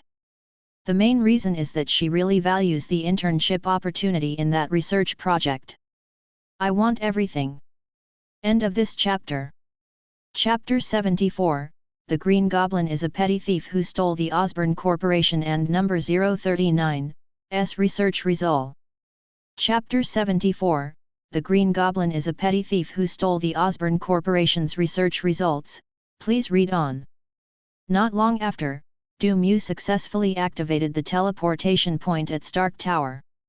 He didn't continue exploring the remaining area, but instead invited Gwen to get in the car and head to Midtown High School together. Since the Hulk incident, the buildings at Midtown High School have been severely damaged, and the reconstruction project lasted for some time. It was only recently that Midtown High School finally repaired most of the buildings and reconvened the students back to school. Many students secretly complained, why didn't that big green guy just smash up the whole school? Who does he think he is, smashing this little bit of stuff? Unfortunately, such opportunities are rare and hard to come by. We can't have another big green guy smashing up Midtown High School, can we? After showing their credentials to the school staff, Du Mu and Gwen easily entered the campus. Gwen, seeing the proof Du Mu presented, exclaimed in surprise, you're a sports student at Midtown High School. Mew nodded, yes, I just transferred schools and then the school suspended classes, so I took some time to reflect, became a PhD, and joined the Osborne group. Gwen. That's a huge leap for you. Next, Gwen showed Mew around Midtown High School, a job she was already quite adept at. Midtown High School was still in session, so the two could wander around freely. Unlike ordinary students, Gwen had internships at two top companies, Osborne Corporation and Stark Industries, which granted her special course exemptions. Except for a few required courses that must be attended, all other elective courses can be cancelled, and there is no need to attend classes at school. This is a privilege enjoyed only by top students.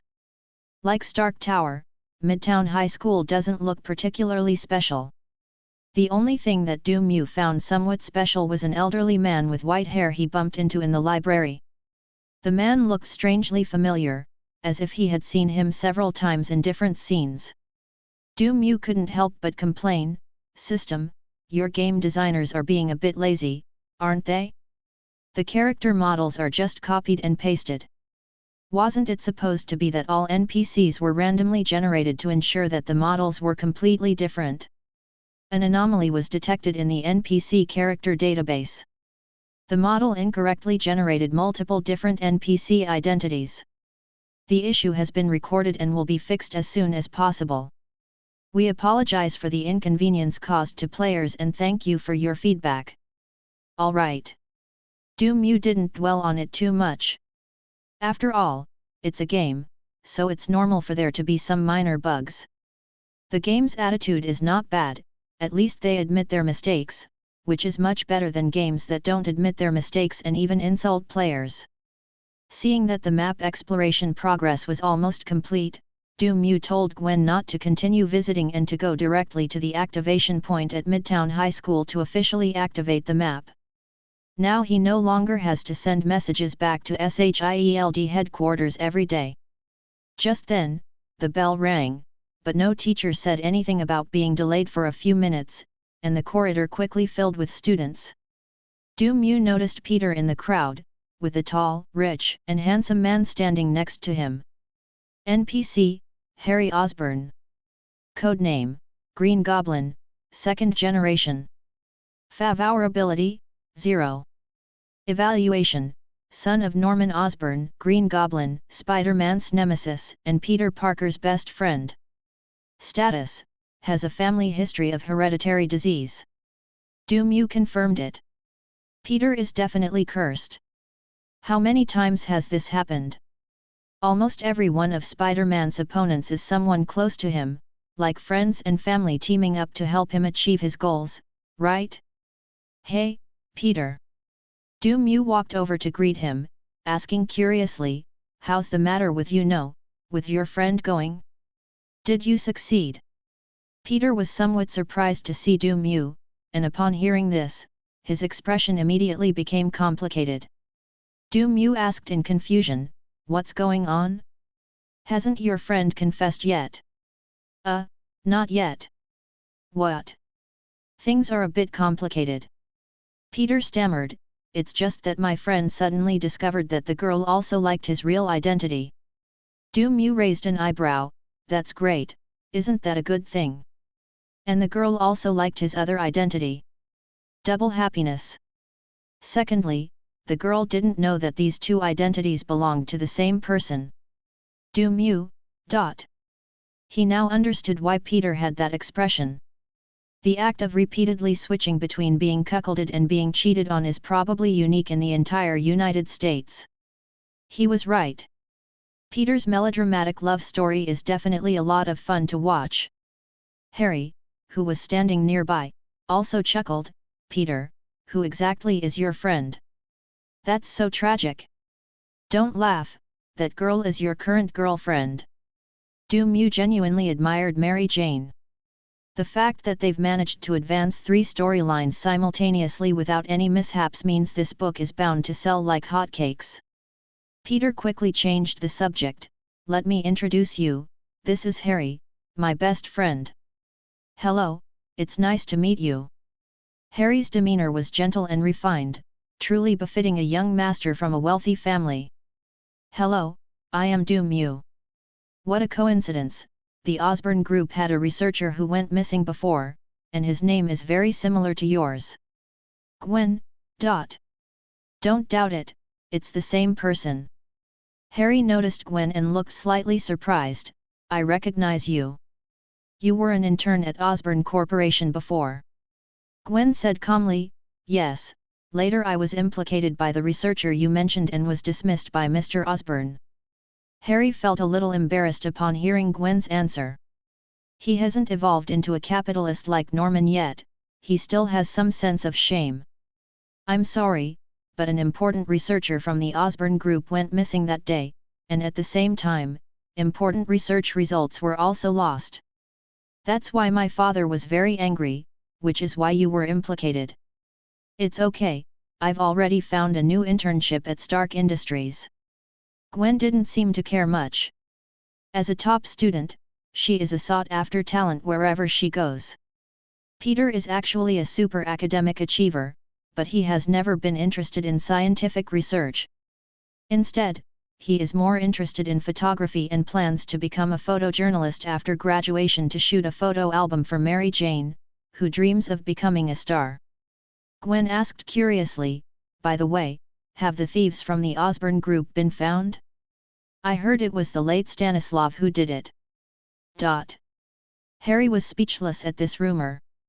He shook his head and said, not yet, but we already have suspects. Let me tell you, it's the Green Goblin and the demon that appeared on the Queen's Bridge a while ago. The equipment and weapons they used are the latest scientific research results from the Osborn Group.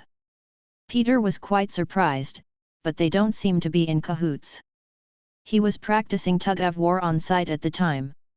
Although Mary Jane's screams made it difficult for him to hear the specific conversation, he could tell that the two did not have a deep relationship. They are certainly not accomplices, Harry said in a deep voice, because one of them is my father, and the other is the real thief. What? Peter and Gwen were both shocked. First Tony Stark, then Norman Osborn. Are CEOs of large corporations now known for flying around in armor these days? Gwen couldn't help but press, who exactly was the thief who stole the Osborn Corporation's research findings? Harry scoffed, of course it's that wretched Green Goblin. Mew. Please read on. Please read on. Please read on. End of this chapter. Chapter 75 Harry, the Green Goblin is a scoundrel.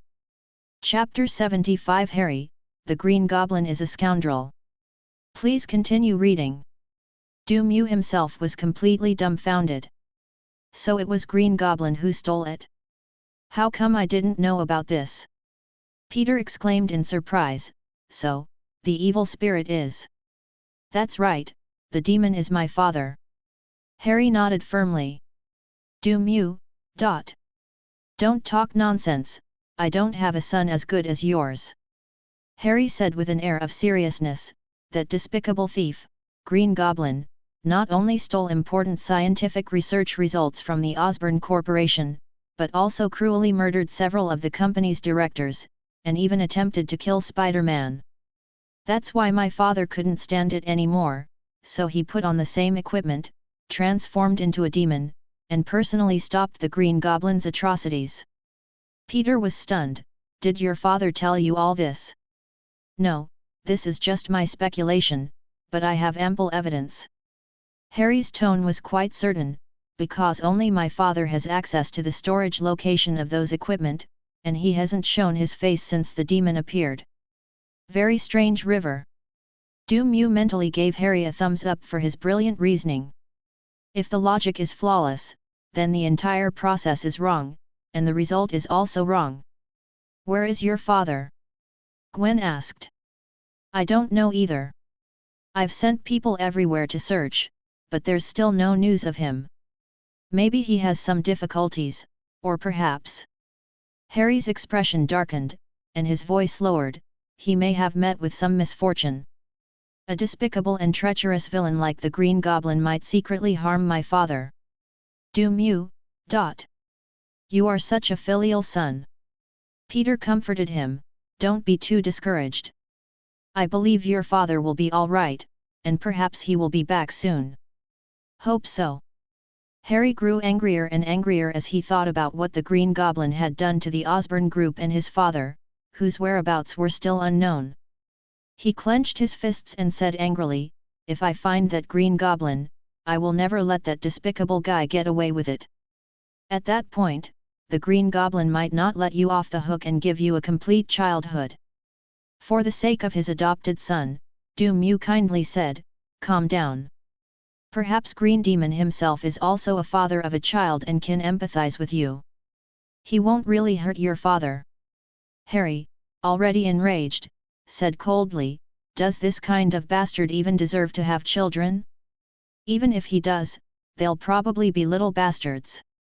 No wonder he's a future supervillain. When he gets ruthless, he even curses himself. Do Mew had done his best, patting Harry on the shoulder. If your father saw how filial you are, he would be very pleased. Thank you. Harry felt a warmth in his heart and was somewhat moved. He hadn't expected someone he had just met to be so patient in comforting him. Indeed, there are still more good people than bad in this world.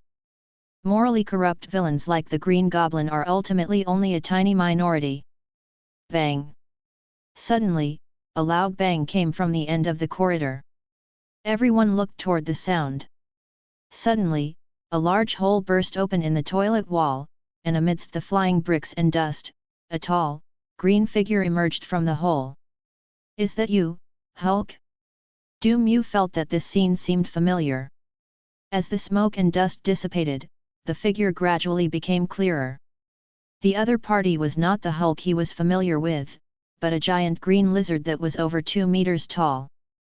Its entire body was covered with rough and hard scales, and its pair of cold, vertical pupils gleamed with a human-like expression. Do Mew quickly glanced at the information about the green lizard. NPC, Court Conus. Codename, Dr. Lizard. Status, Transforming. This large green lizard is none other than the one-armed Professor Do Mew met at the Osborn group. He doesn't know how the professor ended up like this. He's practically a different species, and being completely naked doesn't need any blurring, because the parts that should be blurred are gone. What? Screams rang out one after another. Upon seeing Dr. Lizard appear, the students and faculty did not hesitate and turned to run off the campus. Their movements were so practiced that it seemed they had rehearsed them countless times, even surprising Dr. Lizard. The principal of Zhongcheng High School, who happened to be passing by, witnessed this scene and his vision went black. The school has only been rebuilt for a short time, how come there's another green monster here? Is Midtown High School just incompatible with the green monster? Let's run! Gwen was also startled by the enormous lizard doctor and hurriedly called the others to escape together. But Dr. Lizard's cold gaze swept over the panicked crowd and instantly locked onto their location. Peter. Dr. Lizard narrowed his vertical pupils, took a sudden step, and charged straight at an astonishing speed. It's coming towards us! Harry cried out in alarm. They all noticed that the large green lizard seemed to be heading straight for them, and given its speed, there was no way they could escape. Peter was at a loss for what to do. He had 3 acquaintances with him at the moment, and if he acted rashly, his Spider-Man identity would likely be exposed.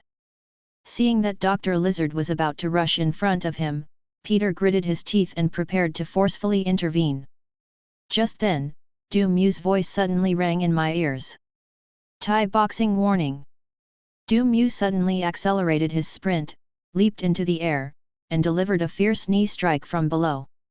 Dr. Lizard was completely unprepared for Do Mew's sudden attack and was hit in the face by Do Mew's knee. Bang! A heavy impact, mixed with a teeth-grinding cracking sound of bones breaking, suddenly rang out. Dr. Lizard's massive body was forcefully thrown backward, several bloody fangs flying from its mouth before it crashed heavily to the ground. My God! The scene before them stunned all 3, including Peter. Although he knew that Du Mu had defeated Hulk last time, it was while he was on drugs. But to his surprise, Du Mu, who wasn't on drugs, was also incredibly fierce, knocking the seemingly intimidating green lizard to the ground with a single blow. Peter exclaimed in astonishment, "How did you do that?" "I said I'm a sports student, these are basic procedures." Du Mu spoke in a calm tone, as if he were talking about something perfectly normal. "Peter, don't even mention athletes, even animals aren't as fierce as you." Du Mu waved his hand, "You guys go first, I'll play with this little lizard." Gwen hesitated for a moment, "But you believe me?" Du Mu calmly uttered a sentence. He shamelessly plagiarized BT's lines and showed off in front of the NPCs. The effect was excellent. As soon as he finished speaking, Gwen's favorability rating immediately increased by 15 points.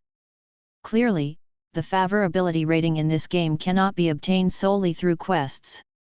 But soon, Du Mu noticed that Peter's favorability rating had also increased by 10 points, while Harry's was even more outrageous, soaring by 20 points, and it seemed that it could continue to rise. "Wait, what the hell is going on with you? If it goes up again, believe me, I'll beat you up."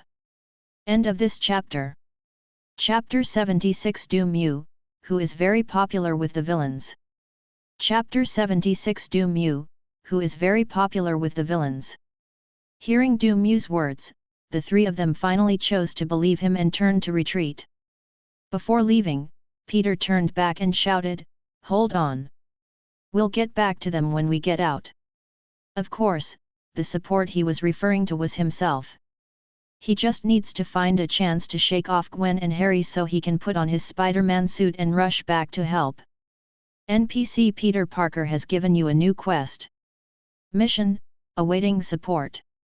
Objective: withstand the lizard's onslaught until Spider-Man arrives. Rewards: 1500 experience points. Peter Parker's favorability plus 10, 2 random items. This task is quite difficult. Watching the three figures disappear into the distance, Du Mu muttered to himself. He wasn't worried about not being able to hold on, but rather that Dr. Lizard might not be up to the task and wouldn't make it until Peter changed his clothes and came back. At this moment, Dr. Lizard shakily got up from the ground. It opened its gaping maw, and its shattered teeth, mixed with blood, fell out automatically. Almost simultaneously, brand new fangs rapidly regenerated from its gums, indicating that it was not troubled by cavities. Having fully recovered, Dr. Lizard shook his head, his vertical pupils flashing with anger, and looked up at the guy who had attacked him.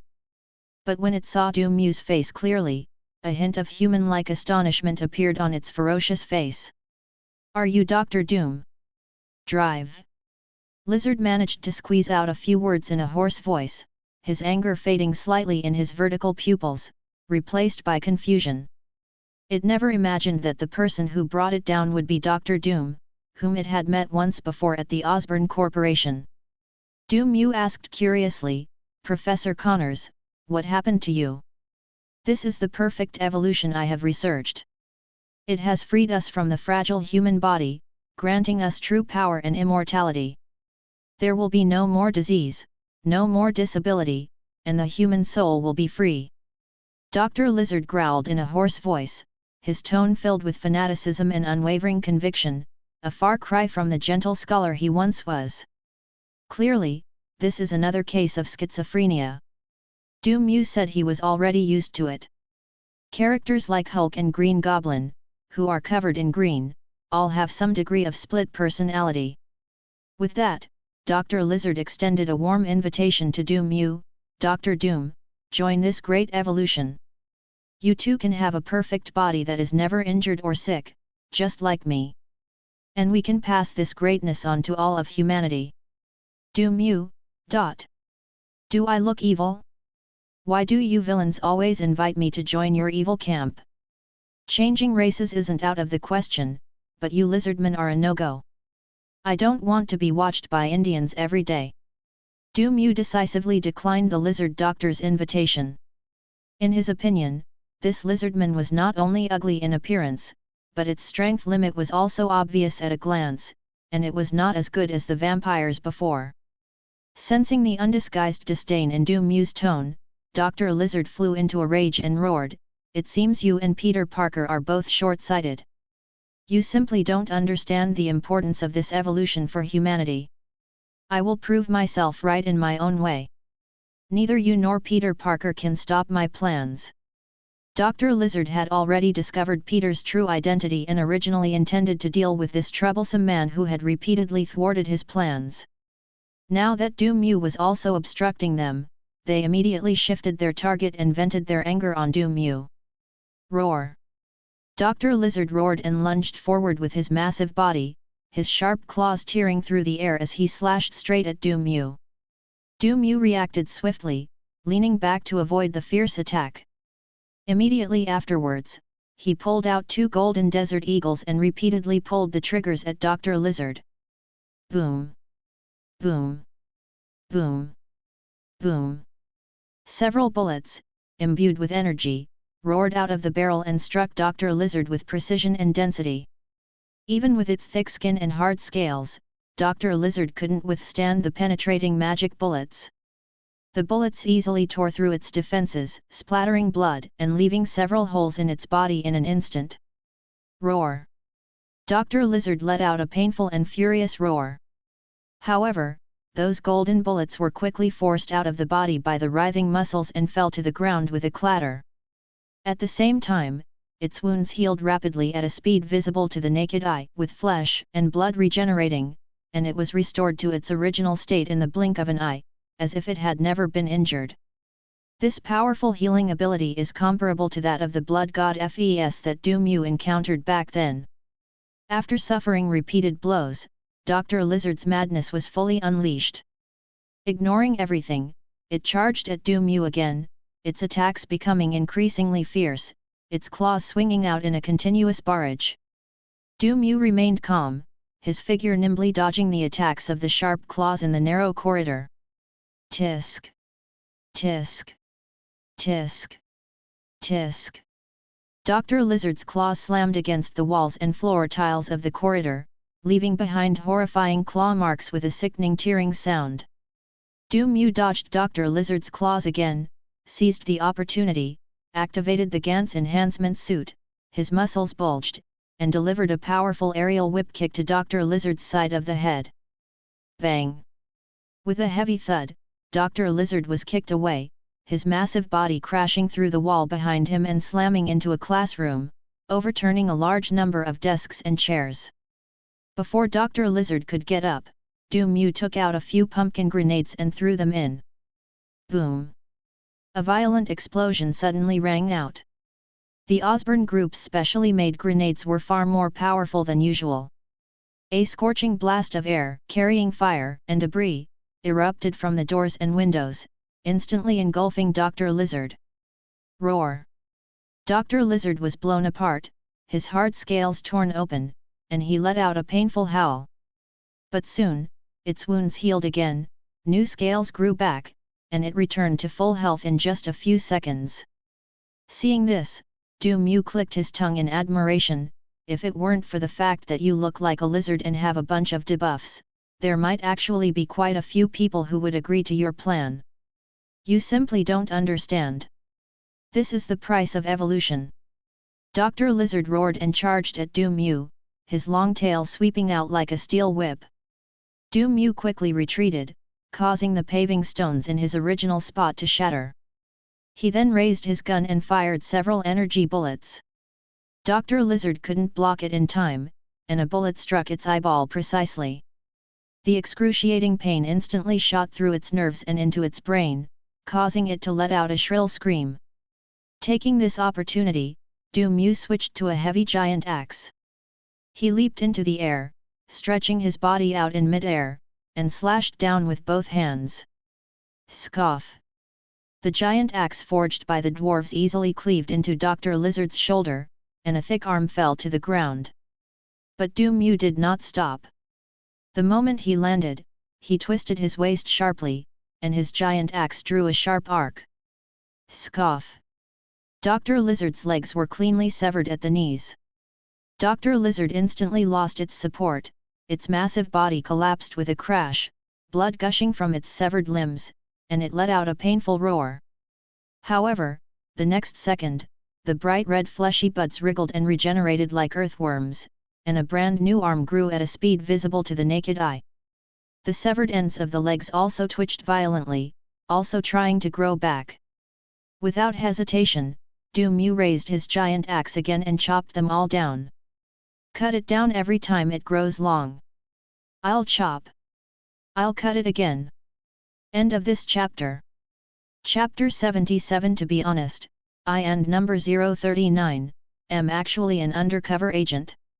Chapter 77. To be honest, I'm actually an undercover agent. Roar. Dr. Lizard roared in agony. However, having lost both arms and legs, it was completely powerless to resist and could only watch helplessly as the giant axe fell again and again. After an unknown amount of time, a figure in red and blue finally arrived at the scene in a hurry. Your friendly neighbor, Spider-Man, is here. Peter was so shocked by what he saw before he almost peed himself. The corridor was littered with severed limbs and remains, and the walls and floor were splattered with blood, a truly horrifying sight. In the area where the severed limbs were most concentrated, a figure was constantly raising an axe and chopping, each strike accompanied by the sickening sound of the blade tearing through flesh, interspersed with faint, painful whimpers. For Peter, a high school student who hadn't even graduated yet, not to be so frightened by the scene that he wet himself was quite remarkable. What kind of horror movie scene is this? Peter swallowed hard, mustered his courage, and peered forward, only to realize that the murderer wielding the axe was none other than Mew. At his feet, Dr. Lizard, who had been incredibly fierce not long ago, now had lost the light in his eyes, lying motionless on the ground, completely flat. What happened here? Peter asked cautiously, afraid that Mew might suddenly turn on him as well. Upon seeing Peter's arrival, Mew chuckled and said, "This guy's self-healing ability is too strong, only this method can completely restrict his movements. It's obviously very strong. I was only gone for a short while, and the lizard meat in this corridor is almost as good as wholesale." Peter originally came to help Mew fight against Dr. Lizard, but he didn't expect that the other party didn't need help at all. In contrast, Dr. Lizard seems more like the one who needs to be rescued by a superhero. Mission awaiting support completed. Rewards: 1500 experience points, 10 Peter Parker Favor ability, Mana Potion, a stack of explosive tags. Item: Mana Potion, restores a certain amount of mana upon consumption. Item: a stack of explosive tags, tags that can be detonated by injecting energy. They are quite valuable, and it is rumored that a certain wealthy woman possesses 6,000 billion explosive tags. Just as Peter was trying to persuade Mew to stop, Dr. Lizard's body began to shrink rapidly, and the scales on his body gradually disappeared. In a short while, it turned back into Connors with the missing arm. Peter blurted out, "Professor Connors? How could it be you?" He never expected that this terrifying green lizard was actually his mentor and friend, Professor Connors. Professor Connors was in a daze for a moment before slowly raising his head and looking up at Peter, his face filled with regret and pain. "Peter, I'm sorry, I couldn't control myself." "What's wrong with you? Who is Peter? Are you sure you haven't mistaken me for someone else?" Peter suddenly realized that he was now appearing as Spider-Man, not Peter Parker, and quickly tried to laugh it off. Even though Professor Connors already knew his secret identity, Mew, who was unaware of it, was still nearby. "Stop acting, Peter, I know you're Spider-Man." Mew couldn't stand Peter's terrible acting and directly exposed him. Peter was stunned. He opened his mouth, but for a moment he didn't know what to say. After a long pause, he stammered, "How did you know? I was pretending so well." Mew curled his lip, "Your voice hasn't been processed at all. Anyone who knows you even a little bit can recognize it as yours if they listen carefully. Peter retorted, unconvinced, impossible. Mary Jane never recognized it. Do Mew. Why do you keep humiliating yourself like this? Seeing that he couldn't keep up the act any longer, Peter had no choice but to accept the reality and said helplessly, so, you already knew I was Spider-Man. Do Mew nodded, yes, I knew it the first time you appeared. Then why didn't you say anything? Peter asked, puzzled. Why did I have to call you out? It's quite amusing to watch you go to such lengths to act in front of me. If it weren't for how terribly you acted this time, I wouldn't have bothered to expose you. Peter's lips twitched. So he's been putting on an act all along for himself. Just then, Do Mew suddenly received a call from Nick Fury. Agent Do Mew, are you at Midtown High School? Chief, how did you know? Because the SHIELD vehicle you stole had a tracking device on it. Fury's voice was tinged with helplessness.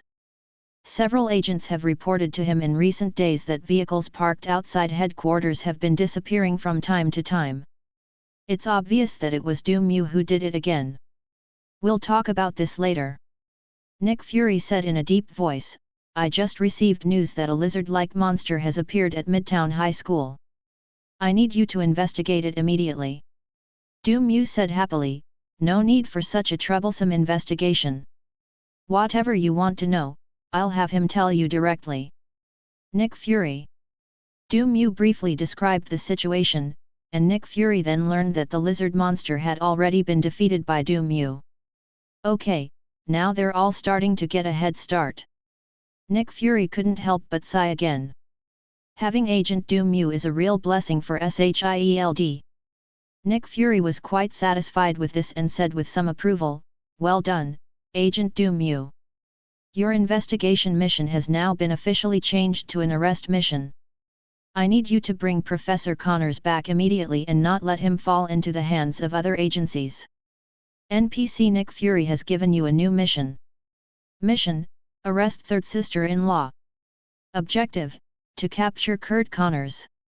Rewards: 2000 experience points, 40 SHIELD reputation, 1 random piece of equipment, 1 random item. Do Mew was overjoyed. What's the difference between this and giving away a free reward?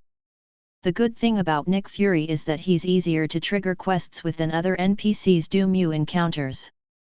Since the start of the game, Do Mew has created countless quests for him. He's practically a ruthless quest-generating machine. No problem, I will bring Professor Connors back. Do Mew hung up the phone after he finished speaking. Seeing this, Peter asked with a puzzled look, Do Mew, who exactly are you?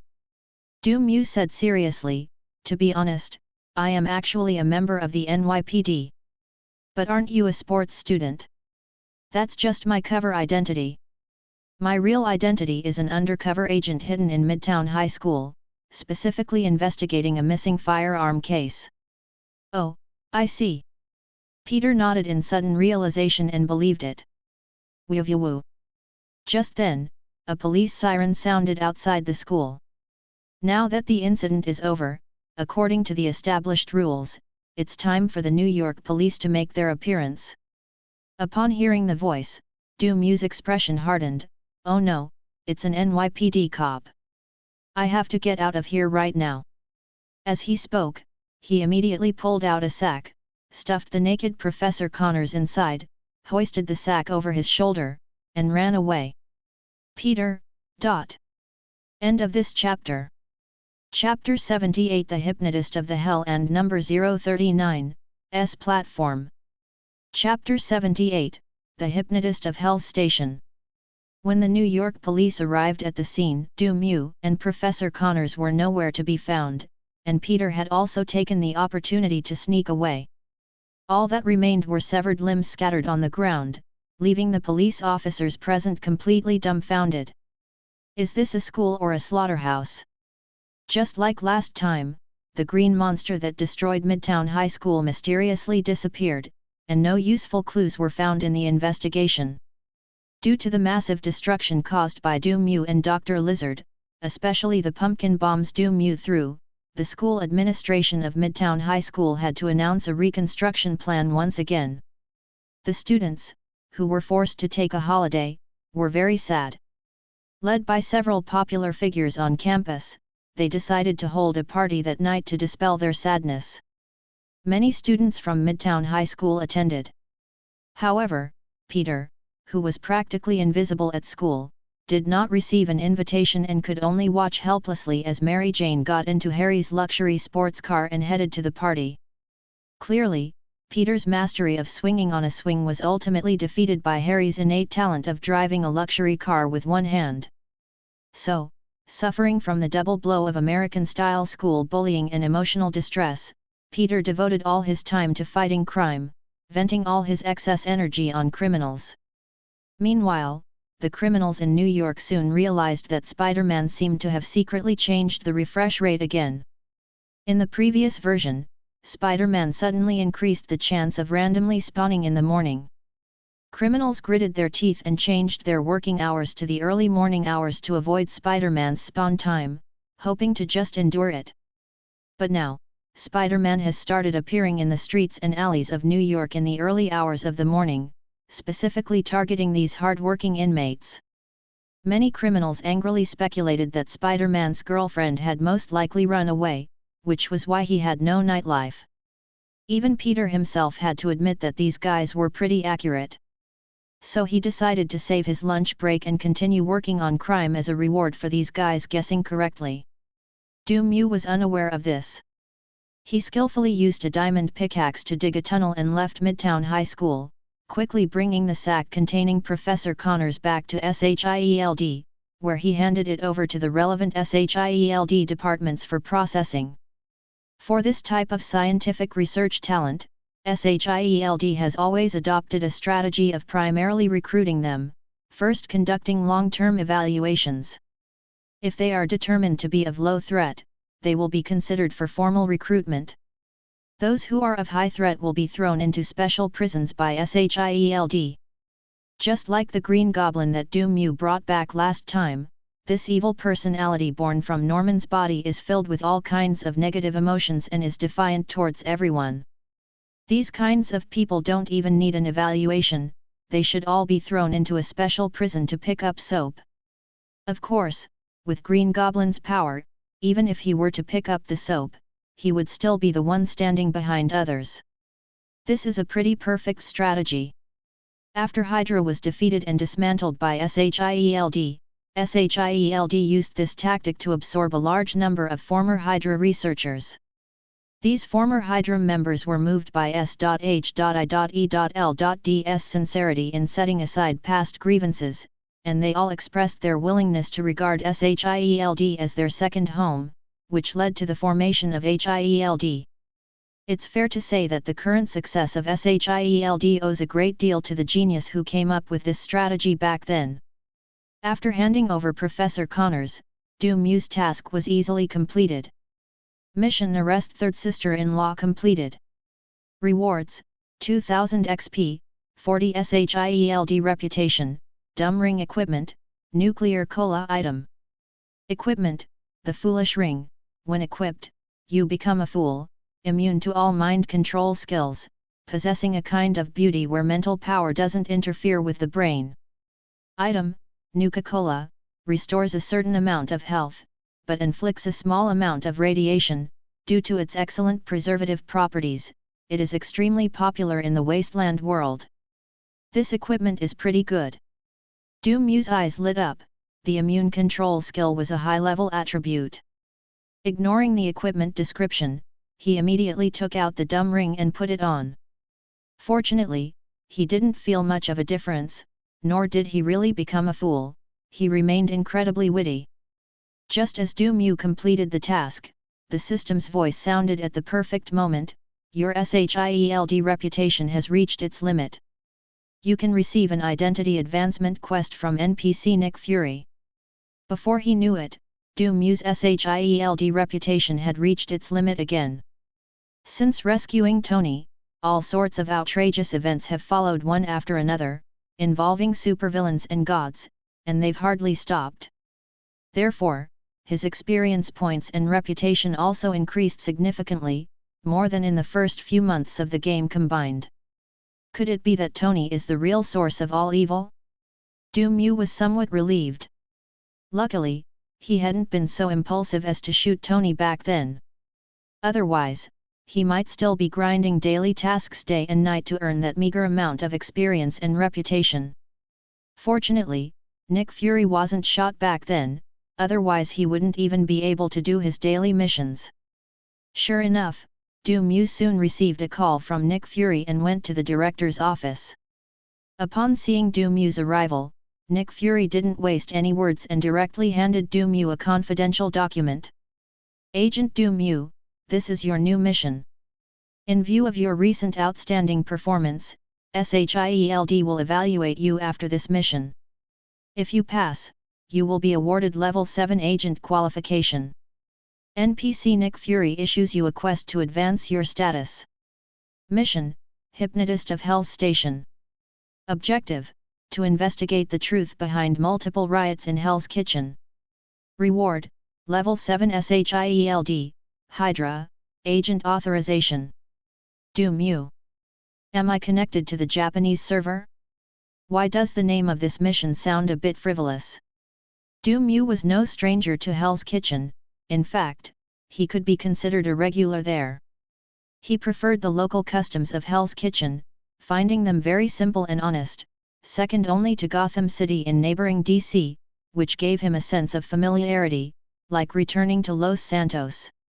Following the mission instructions, Mew drove to a high-end restaurant in Hell's Kitchen and randomly found a seat. A waitress noticed Mew and immediately came over. "Sir, what would you like to order?" "Give me a glass of ice water, lots of ice and little water." The waitress's smile froze, and just as she was about to say something, she saw Mew pull out a few Franklin bills. "Here's your tip." "No problem, sir, please wait a moment." The waitress took the money and immediately brought Mew a glass of ice water, thinking that the way he drank the water was incredibly handsome. Mew ignored the waitress whose popularity had soared and quickly scanned the interior of the restaurant. He quickly found a potential target for his mission. NPC, Jessica Jones. Fav ability, 0. Evaluation: a woman of exceptional talent, a private investigator, and a force of immense strength. Status: under mind control. Looking for all kinds. End of this chapter. Chapter 79 Come Here. Chapter 79 Come Here. Please continue reading. Are you under mind control? Upon seeing this, Mew was reminded of the mission's name and instantly imagined a 2-hour-long storyline. He looked away, trying to find the faceless man holding a phone with pink hearts on the screen. Instead of finding the faceless man, they spotted a man in a purple suit. NPC, Zebediah Kilgrave. Codename, Purple Man. Fav ability, 0. Commentary: hypnosis, BDSM, bondage, placement. Mew was dumbfounded. This was the first time he had ever seen an NPC with so many keywords, and each one was more unplayable than the last. This guy is hardly a purple-haired guy, he'd be more like a doujinshi protagonist. Kilgrave was leisurely savoring his meal, while Jessica stood expressionless beside him, like a soulless puppet. Clearly, the person controlling Jessica is Kilgrave. That's an enviable, no, a despicable superpower. However, judging from his small stature, he probably couldn't withstand even a fraction of Jessica's strength. In addition, Mew also saw a familiar figure, who turned out to be Erica, Matt's ex-girlfriend. NPC, Erica Natchez. Favor ability, -30. Comment: the Hand's top assassin, Daredevil's girlfriend. Status: under mind control. Like Jessica, Erica also stood beside Kilgrave, one on each side like bodyguards.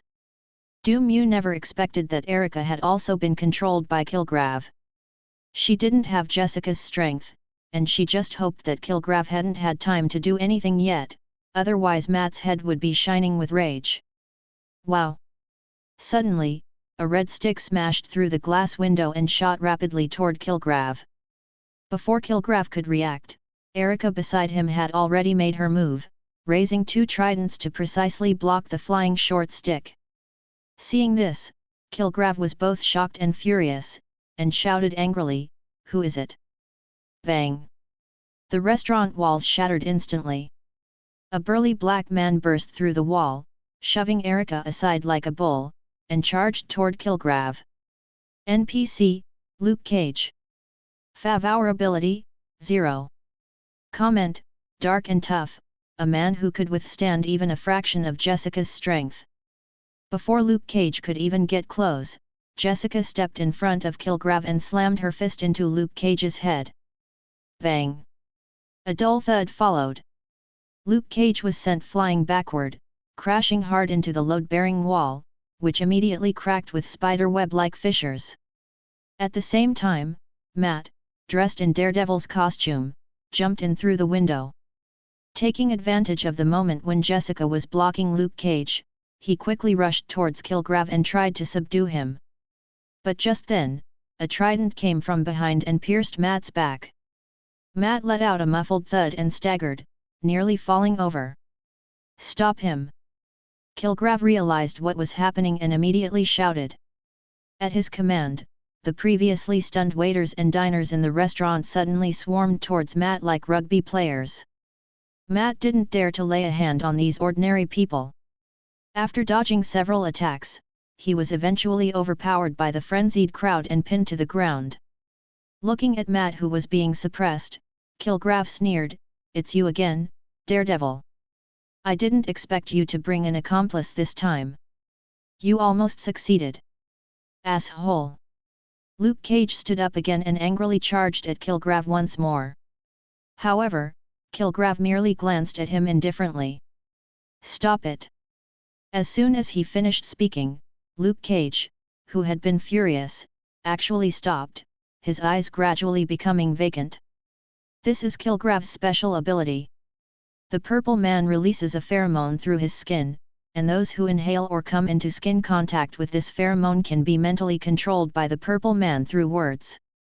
Even if it's an order to commit suicide, the other party will carry it out without hesitation. It was this ability that allowed Kilgrave to easily control Jessica and Erica, and now he has also taken control of Luke Cage. Oops! Matt's mood plummeted the moment he realized that Luke Cage was completely under Kilgrave's control.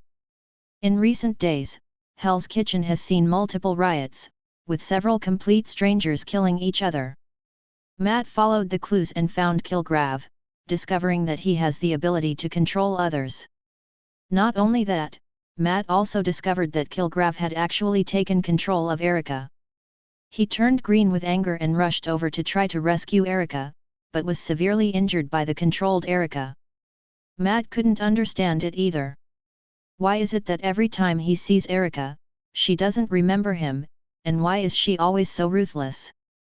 Kilgrave had intended to control Matt, but Matt's willpower was strong enough that he managed to break free from Kilgrave's control and escape. But Matt didn't give up and continued to look for opportunities to save Erica. During this time, he encountered Luke Cage, who was also investigating Kilgrave. Coincidentally, Luke Cage's one-night stand, whom he met by chance in bed, was also controlled by Kilgrave. So the two hit it off and devised this plan to save his girlfriend, intending to ambush Kilgrave and subdue him quickly, without giving him a chance to use his powers. However, their plan failed. Not only did they fail to subdue Kilgrave, they also lost a teammate in the process.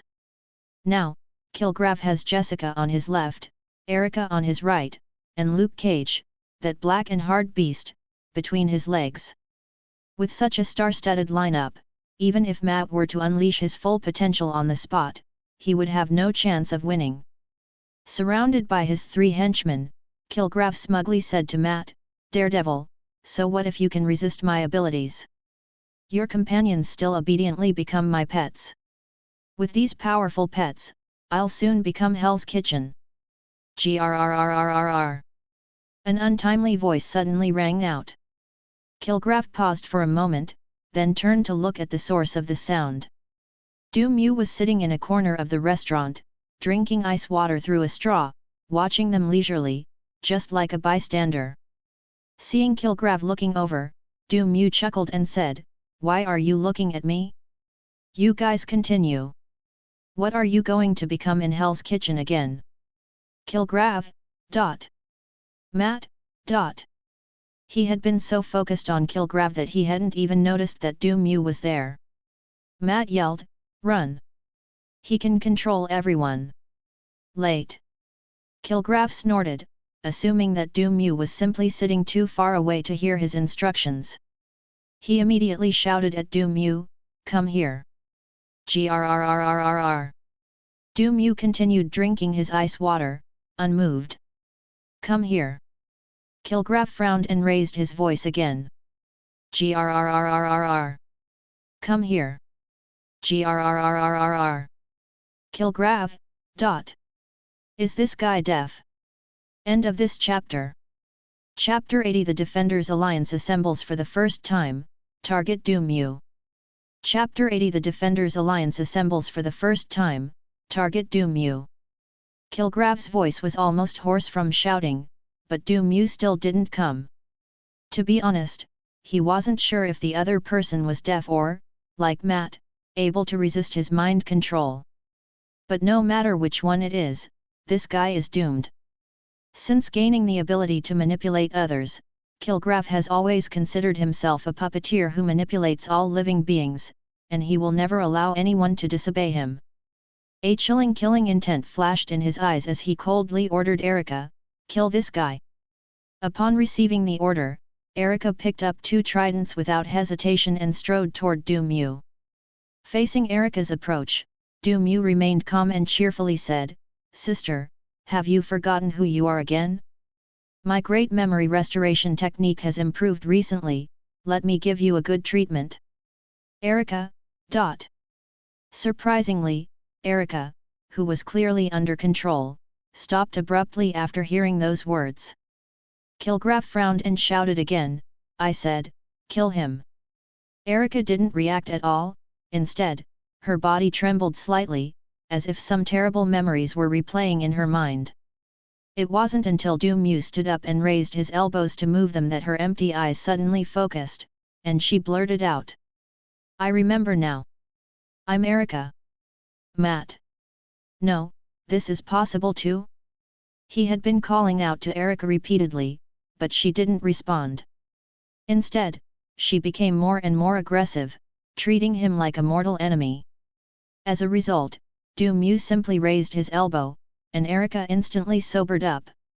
Could it be that the great memory recovery technique really works? However, Erica only briefly escaped mind control before being controlled by Kilgraf's abilities again. But no matter how Kilgraf gave the orders, she remained frozen in place, refusing to make a move against Du Mu, as if her brain system had crashed. "Damn it, what's going on?" Kilgraf couldn't help but curse. Du Mu shrugged, "I don't know. Maybe she has a crush on me and can't bear to hurt me." Matt. Seeing that Erica was reluctant to carry out the order, Kilgraf had no choice but to turn his attention to the Luke Kaikaman he had just captured. "Go and kill that guy." Luke Cage didn't hesitate for a second. The moment he heard the order, he charged forward like a truck at full speed, delivering a straightforward punch straight to Du Mu's head. Du Mu deftly sidestepped, the heavy punch grazing his ear before slamming into the stone pillar behind him. Bump! In an instant, rubble flew everywhere, and the hard surface of the pillar cracked and collapsed, leaving behind shocking fist marks. Thai boxing warning.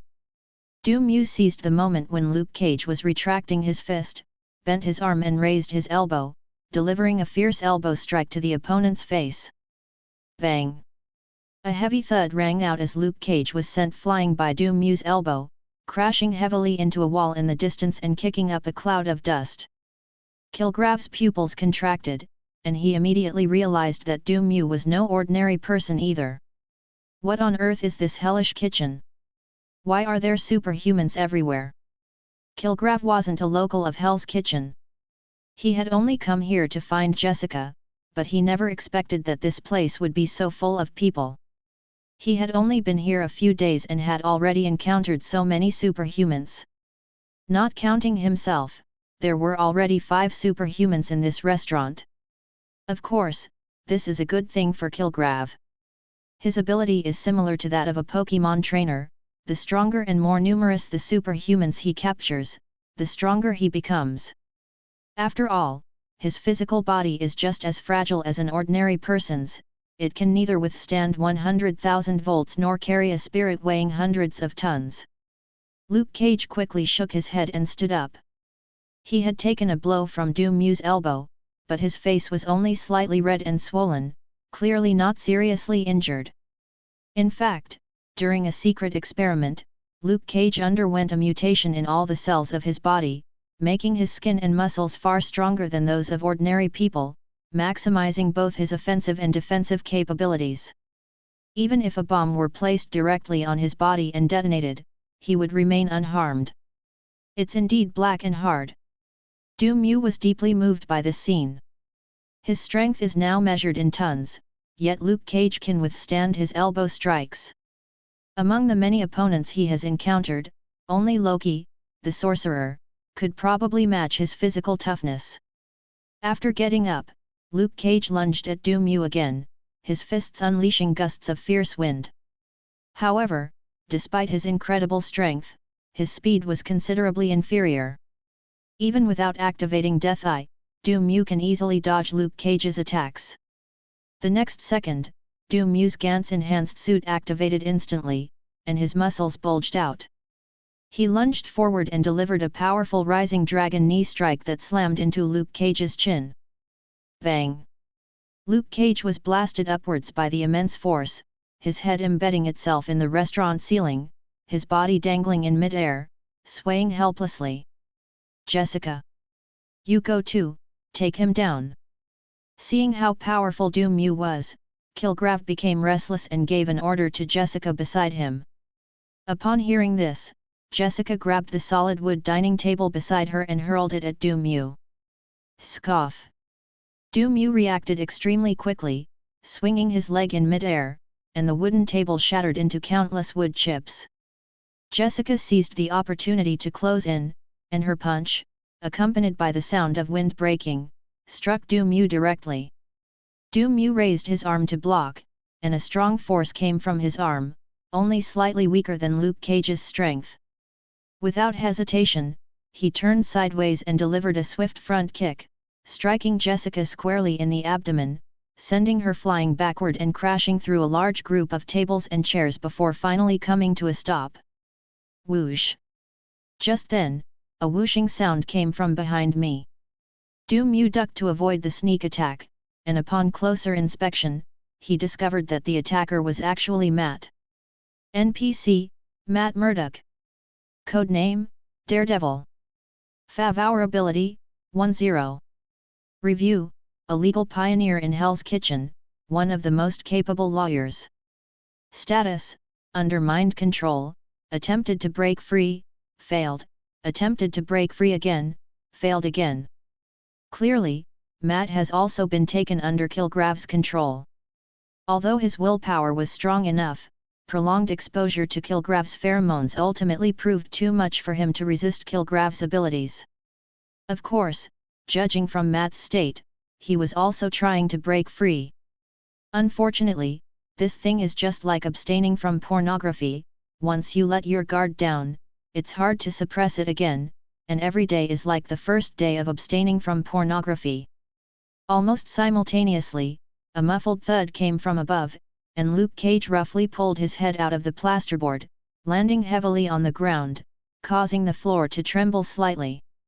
On the other side, Jessica also shook her head and stood up again. In the blink of an eye, 3 street heroes from Hell's Kitchen surrounded Doom Mew from different directions, their menacing aura palpable. It was clearly a plan to give Doom Mew a righteous beating. Surrounded by heroes all at once, Doom Mew was not flustered at all, and was even a little speechless. In a storyline where heroes gather, shouldn't the next step be to prepare to take down the villainous boss? Why are you attacking me? End of this chapter.